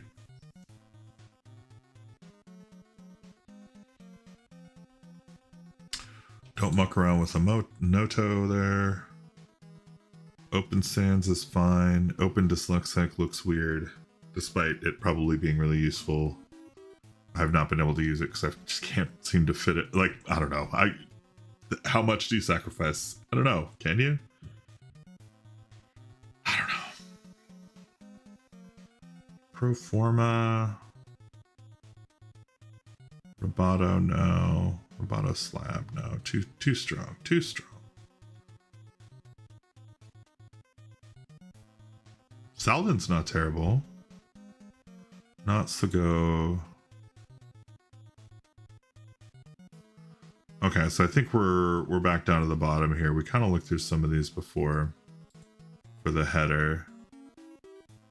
This Tablet Gothic is too condensed.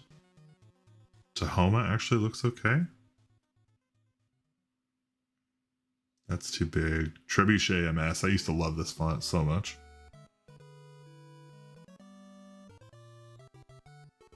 You Gothics and okay. Okay.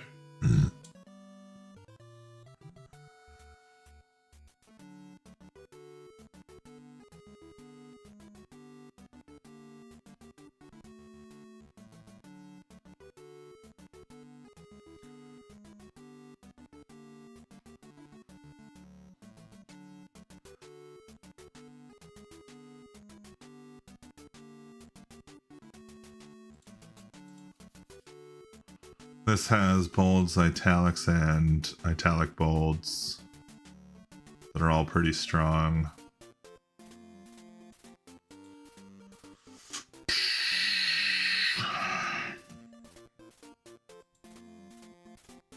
Do love Bavaria.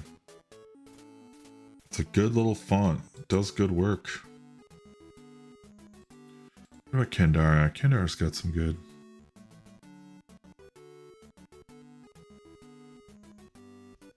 I like that Kendara has like a light variant. Yeah, let's try Kendara. Let's go with this. So that's all working. Okay. And then what we do is we make a new like normal style here, and we'll say this is like a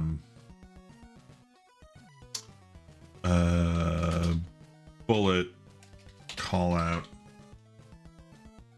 What's buzzing at me? Why are you buzzing?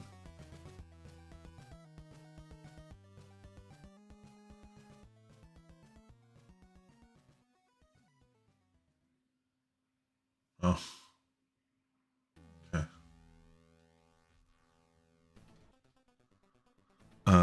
So this is the existing thing, and it will be bolds.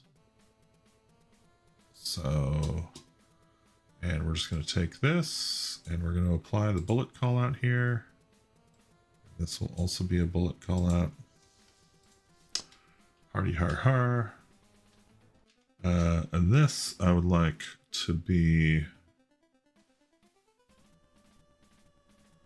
we're going to duplicate this to be monster call out.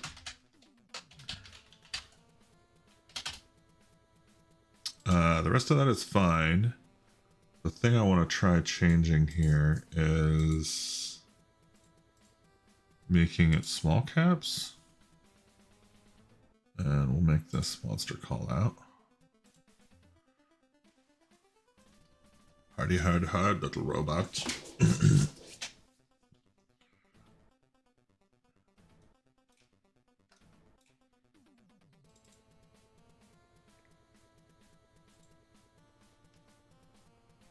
Okay.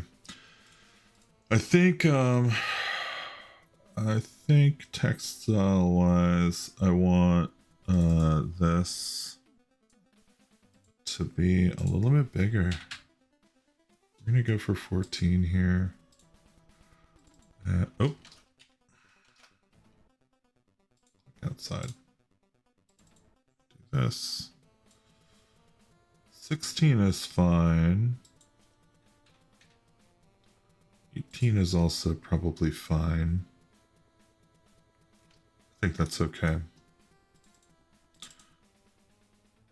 And then here, I guess we'll just go emphasis.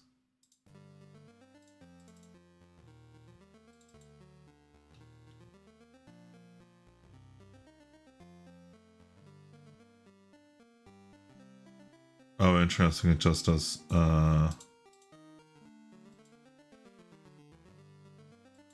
interesting.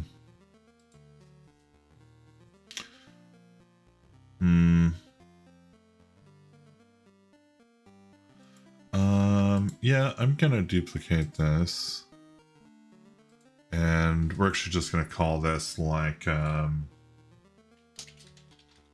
we'll call it a curiosity call out. Curiosity call out. And what I want to do and actually with this is see what's the font that we picked again? Kendara, right? It's Kendara, I think. And we're gonna go with regular italic. I just want to see. Okay, that is the regular italic. Oh no, is it curiosity call out? No, it's not. See, that's the light italic. That's what I thought. Stupid.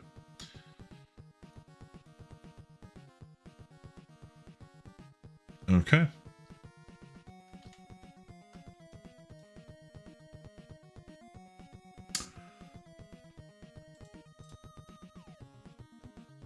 I think bullet callouts maybe are also gonna get a different color.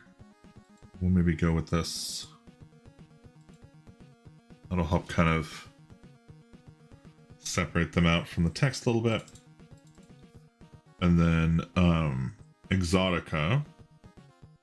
I think Exotica will be its own. So we'll duplicate the monsters.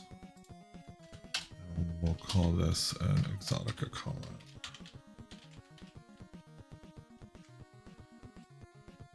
And I think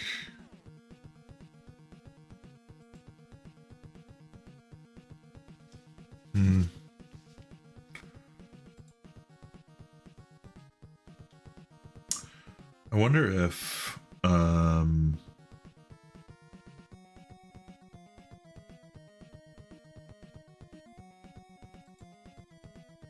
wonder if Ferrum would work.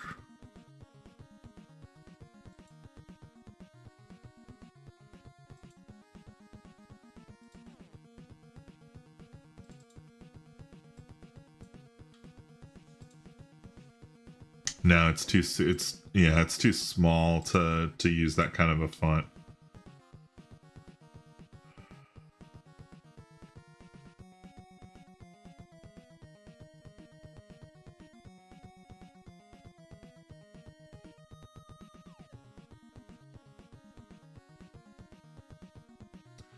I do like the idea though of it being some kind of strange font, you know, that's just like gonna, in fact, yeah, I think maybe Googie regular font size. I mean, that is 10, right? Happens at 8. Happens at 12. Yeah, it's too big. Can we do 8? Is that gonna be fun? Is this gonna be okay?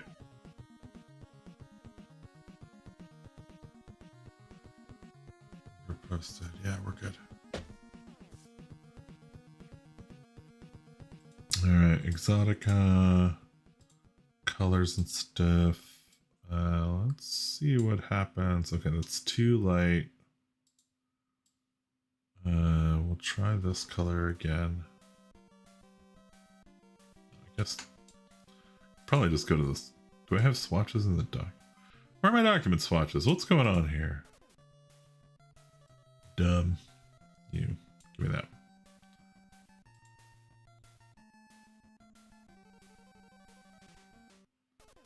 Okay. Also, this, I think Exotica, like that, is probably... it can't be like that. It's got to be all caps, I think. So we'll do all caps. This, so that anytime I type Exotica, it's just always going to be in caps. I think that might work for now. And then I need a light variant over all of this stuff so that it can work. Now, an alternative is that the text layer here is actually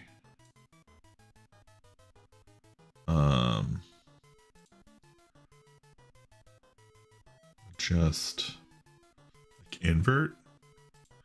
Didn't really work, but it's interesting. It's interesting to look at.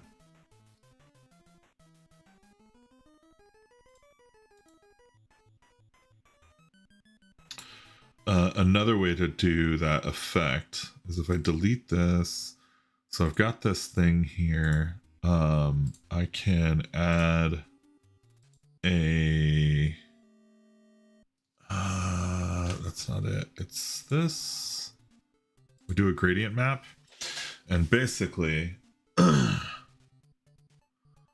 one side is light and one side is dark. Right? Or something like that. And so if we're like, oh, I want this green to be white, right? Or say I want it to be this color here. And then this blue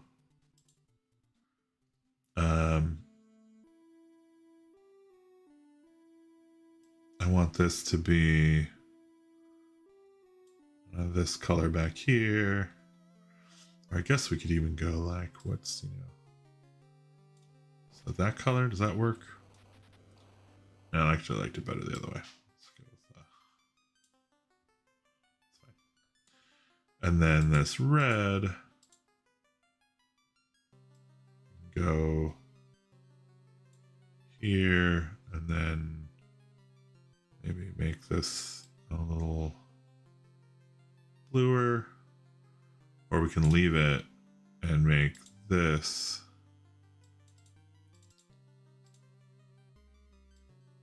whiter.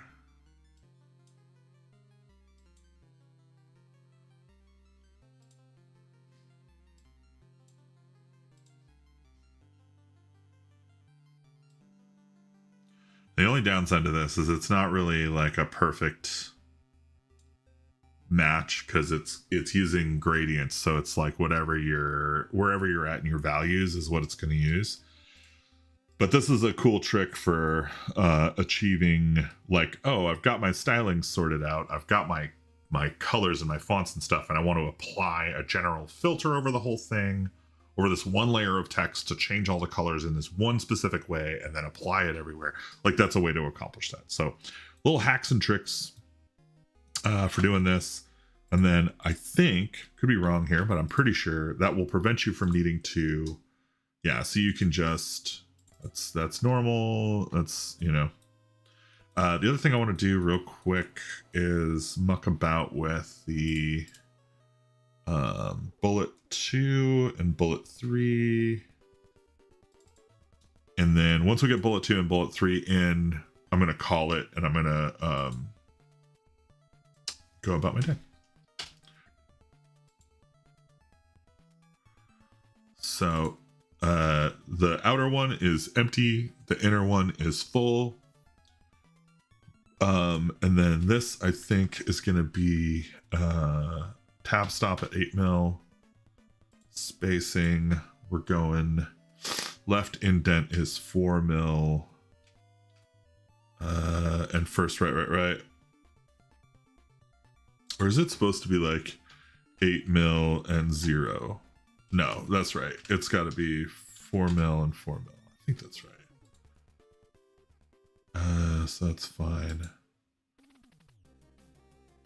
And then this one, which we don't have an example of. So let me put an example in here just so we can do it. Test. You are not an exotica. You will be no style. And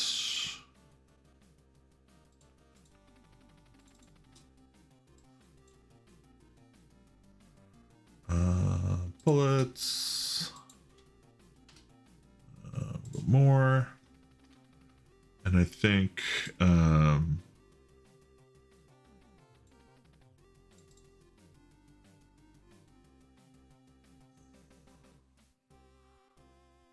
yeah, I do not like it.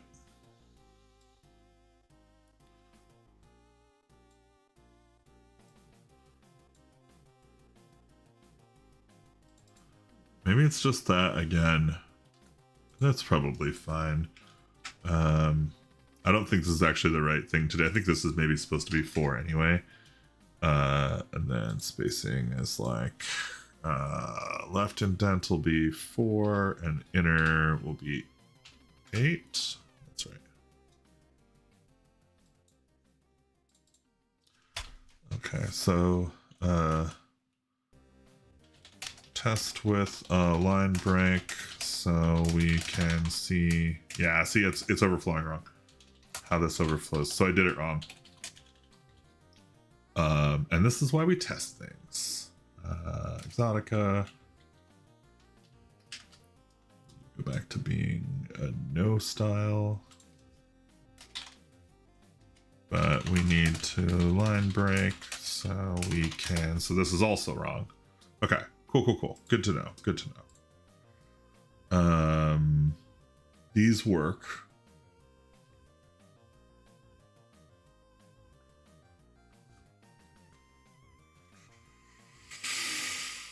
Let's do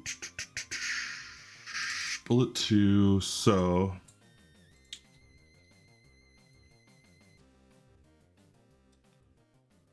I guess left indent is 8, and then first line indent is 4. That's right. That's actually right. That's the correct. Yeah, that makes sense. So if I look at bullet 3, this becomes 12 is the indent, and then 8 is the first line indent. I'm learning. I know what I'm doing. Okay.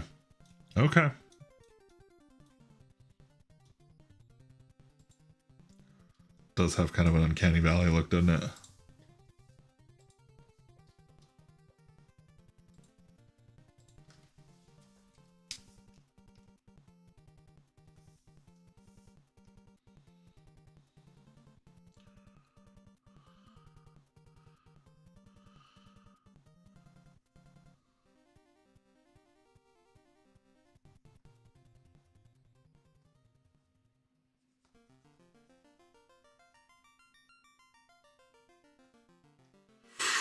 Oh yeah, man, Final Fantasy IV. I should have put that soundtrack on, man. That's vibes for this for sure. I guess maybe is that Final Fantasy 1? It's probably 1. I'm a dip ass.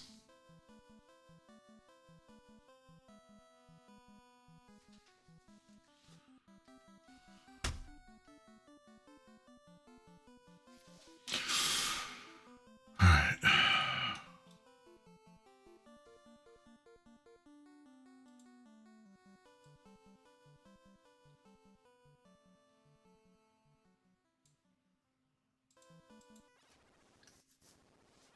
Oh, right. There's one other thing I want to do here, because I think this is just right.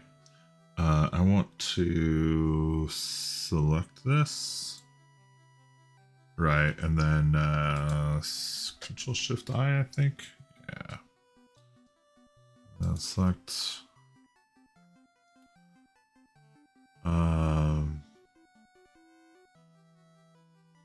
grow shrink. And I want to shrink it. Whoop. honestly, I want to shrink it by like -2 or maybe 3 pixels, like not much. Let's just get on the inside of that line there. Apply. And then I want a new layer. It's going to be here. And it's going to fill with this color. And this can go under these. That's just so that I'm not colliding with the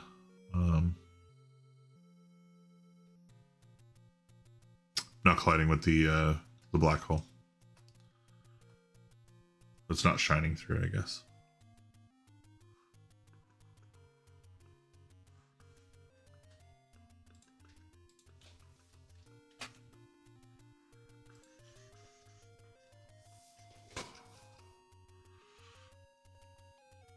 Okay, so we're gonna try some.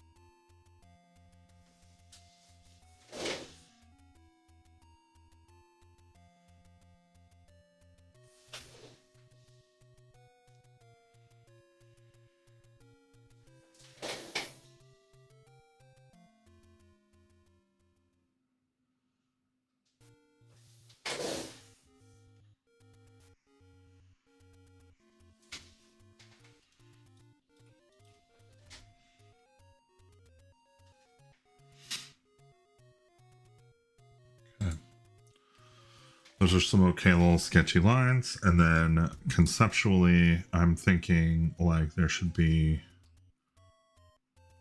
like a building like way back here.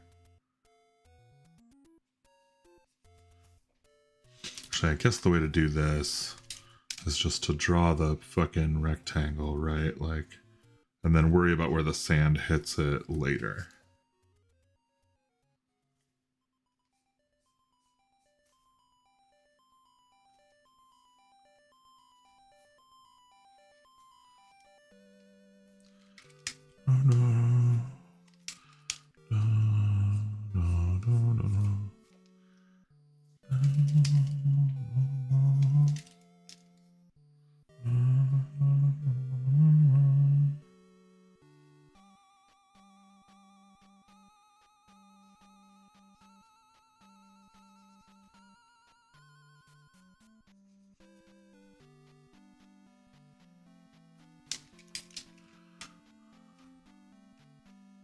Oops. Okay. That's almost certainly wrong. But that's okay.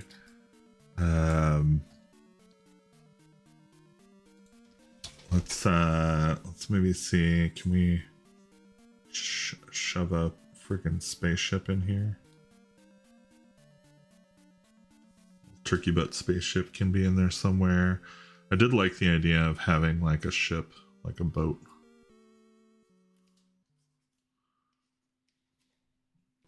That's kind of sticking out of there in some weird angle. And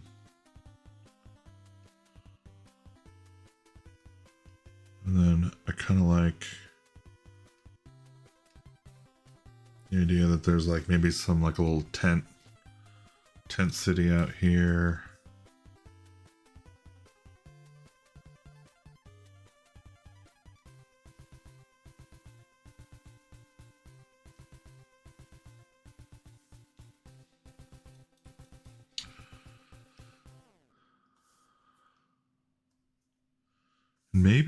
Maybe there's a thing here where it's just like, you know, in the foreground for scale, right?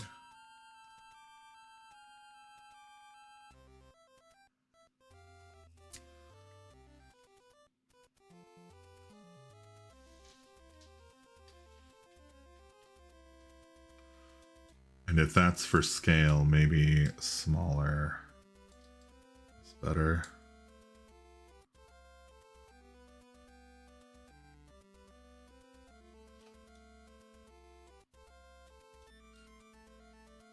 Okay. Not done, not married, but progress has been made. Let us rejoice in our progress.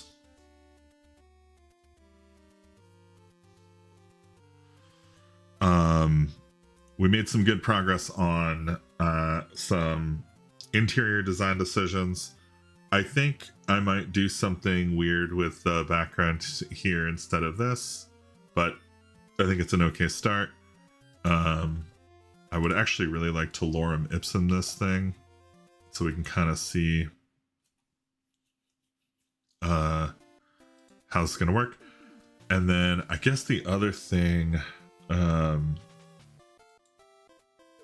what did I do? What was I doing for the title here? Let's see. Desert of Despair title. Yeah, let's see what it looks like if we do that. It's probably bad, but let's just embrace the weird for a second, and then that'll give us some sense of how we want this to kind of work. This is going to have to come up here, right? And then the other kind of idea that I have is that I would like, let's move this up here. I would like to be able to use, I guess that's not really the right place to put it. The idea is that on the back here, down in this space here, we can have some cool stuff.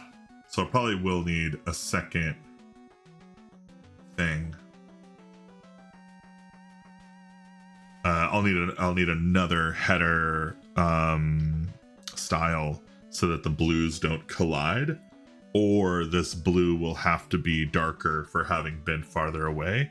And I actually kind of love that idea, so maybe we'll play with that a little bit.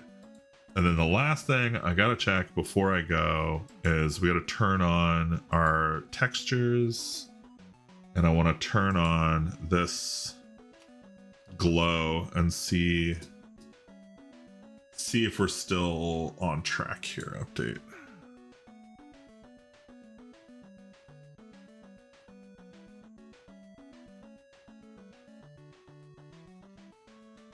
Okay.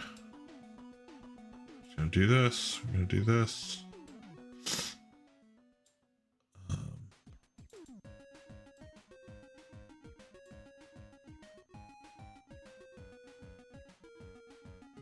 Right. Howdy hard.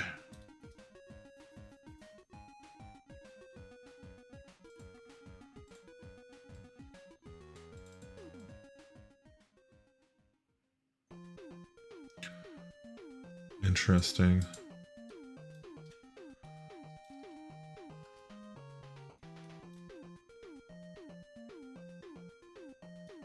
I feel like, did I also miss out on like a, yeah, I think I had like a texture.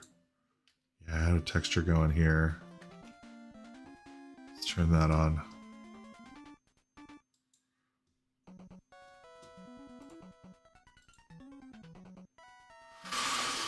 Okay, we're coming up on, we're 2 hours and 40 minutes into streaming.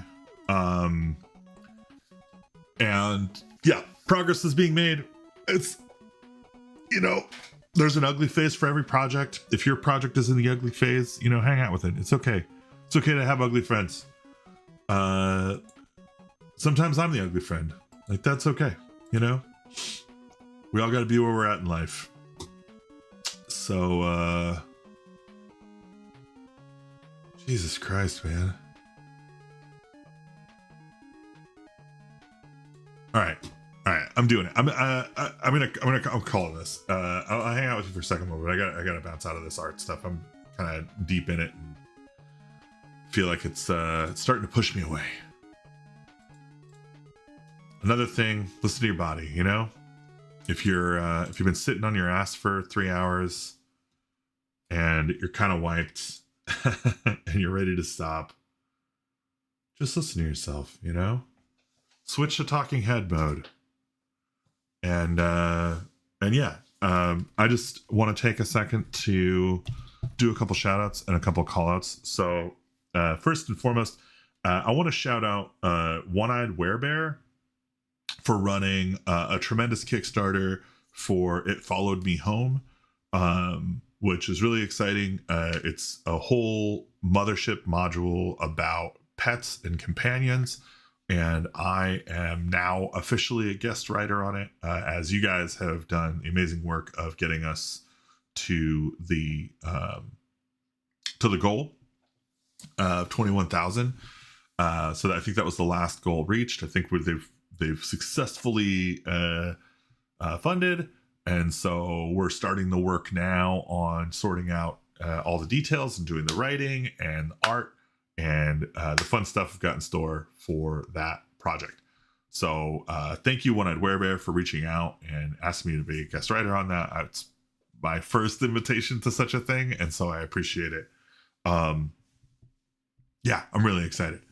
The other thing that is going on right now is, of course, if you're seeing these game jams, you should join them. If you want to create stuff, you should join them and go hang out in the Discords and come hang out with us. Like, it's all a big friendly community of people who are trying to create stuff and pushing each other to try new things and be better at the things that we make. And you can be part of that, and I think you should. It's a really good time, and it's worth the time and effort, and we would love to see you there. Of course, Blood Prairie is out, and one of the things I should be doing this month, and I will be spending some time doing this month, is getting the Game Master's Guide laid out and ready for deployment. So that will be going out sometime mid-July. So I think we've got about like 11 days left before we need to ship that, which means I really need to start cracking on it. It's going to be a lot of my day today, I think. But please go download the player's guide, check out the playtest material that's there, and yeah, give us questions, hit us with feedback, anything you've got. We'd love to hear from you. It's a Canadiana, Weird West, vampire Western, I call it, or post-theist kind of action game. It's really fun. We've had a great time playing it, and I think Austin's done a bang-up job of the rules. They're really accessible and extensible and really, really fun. Aside from that, all that stuff, if you like these videos, please hit the like button. If you want to see more of them, please subscribe. And if you want to get notified when they go out, hit the bell icon. Also, all of my videos and all of my content is available for early access and kind of privileged access to paid patrons. So if you want to support my creation and my creating in any way, you can go to patreon.com/watcherdm. Links on the screen, or it was on the screen. You can find it. You know how to type. I believe in you. I trust you, man. But yeah, if you want to support, I appreciate it. And I do want to give a special shout out to all my friends who are supporting. Thank you guys so much. Your support gives me gas to keep going. And I'm having a great time making this stuff. And so I hope you're enjoying it. And yeah, I think that's all I got today. I will see you guys in the next one. I'm going to go, we'll see if I get another stream in this weekend. I won't poke you if I do. Keep an eye out. See you guys around.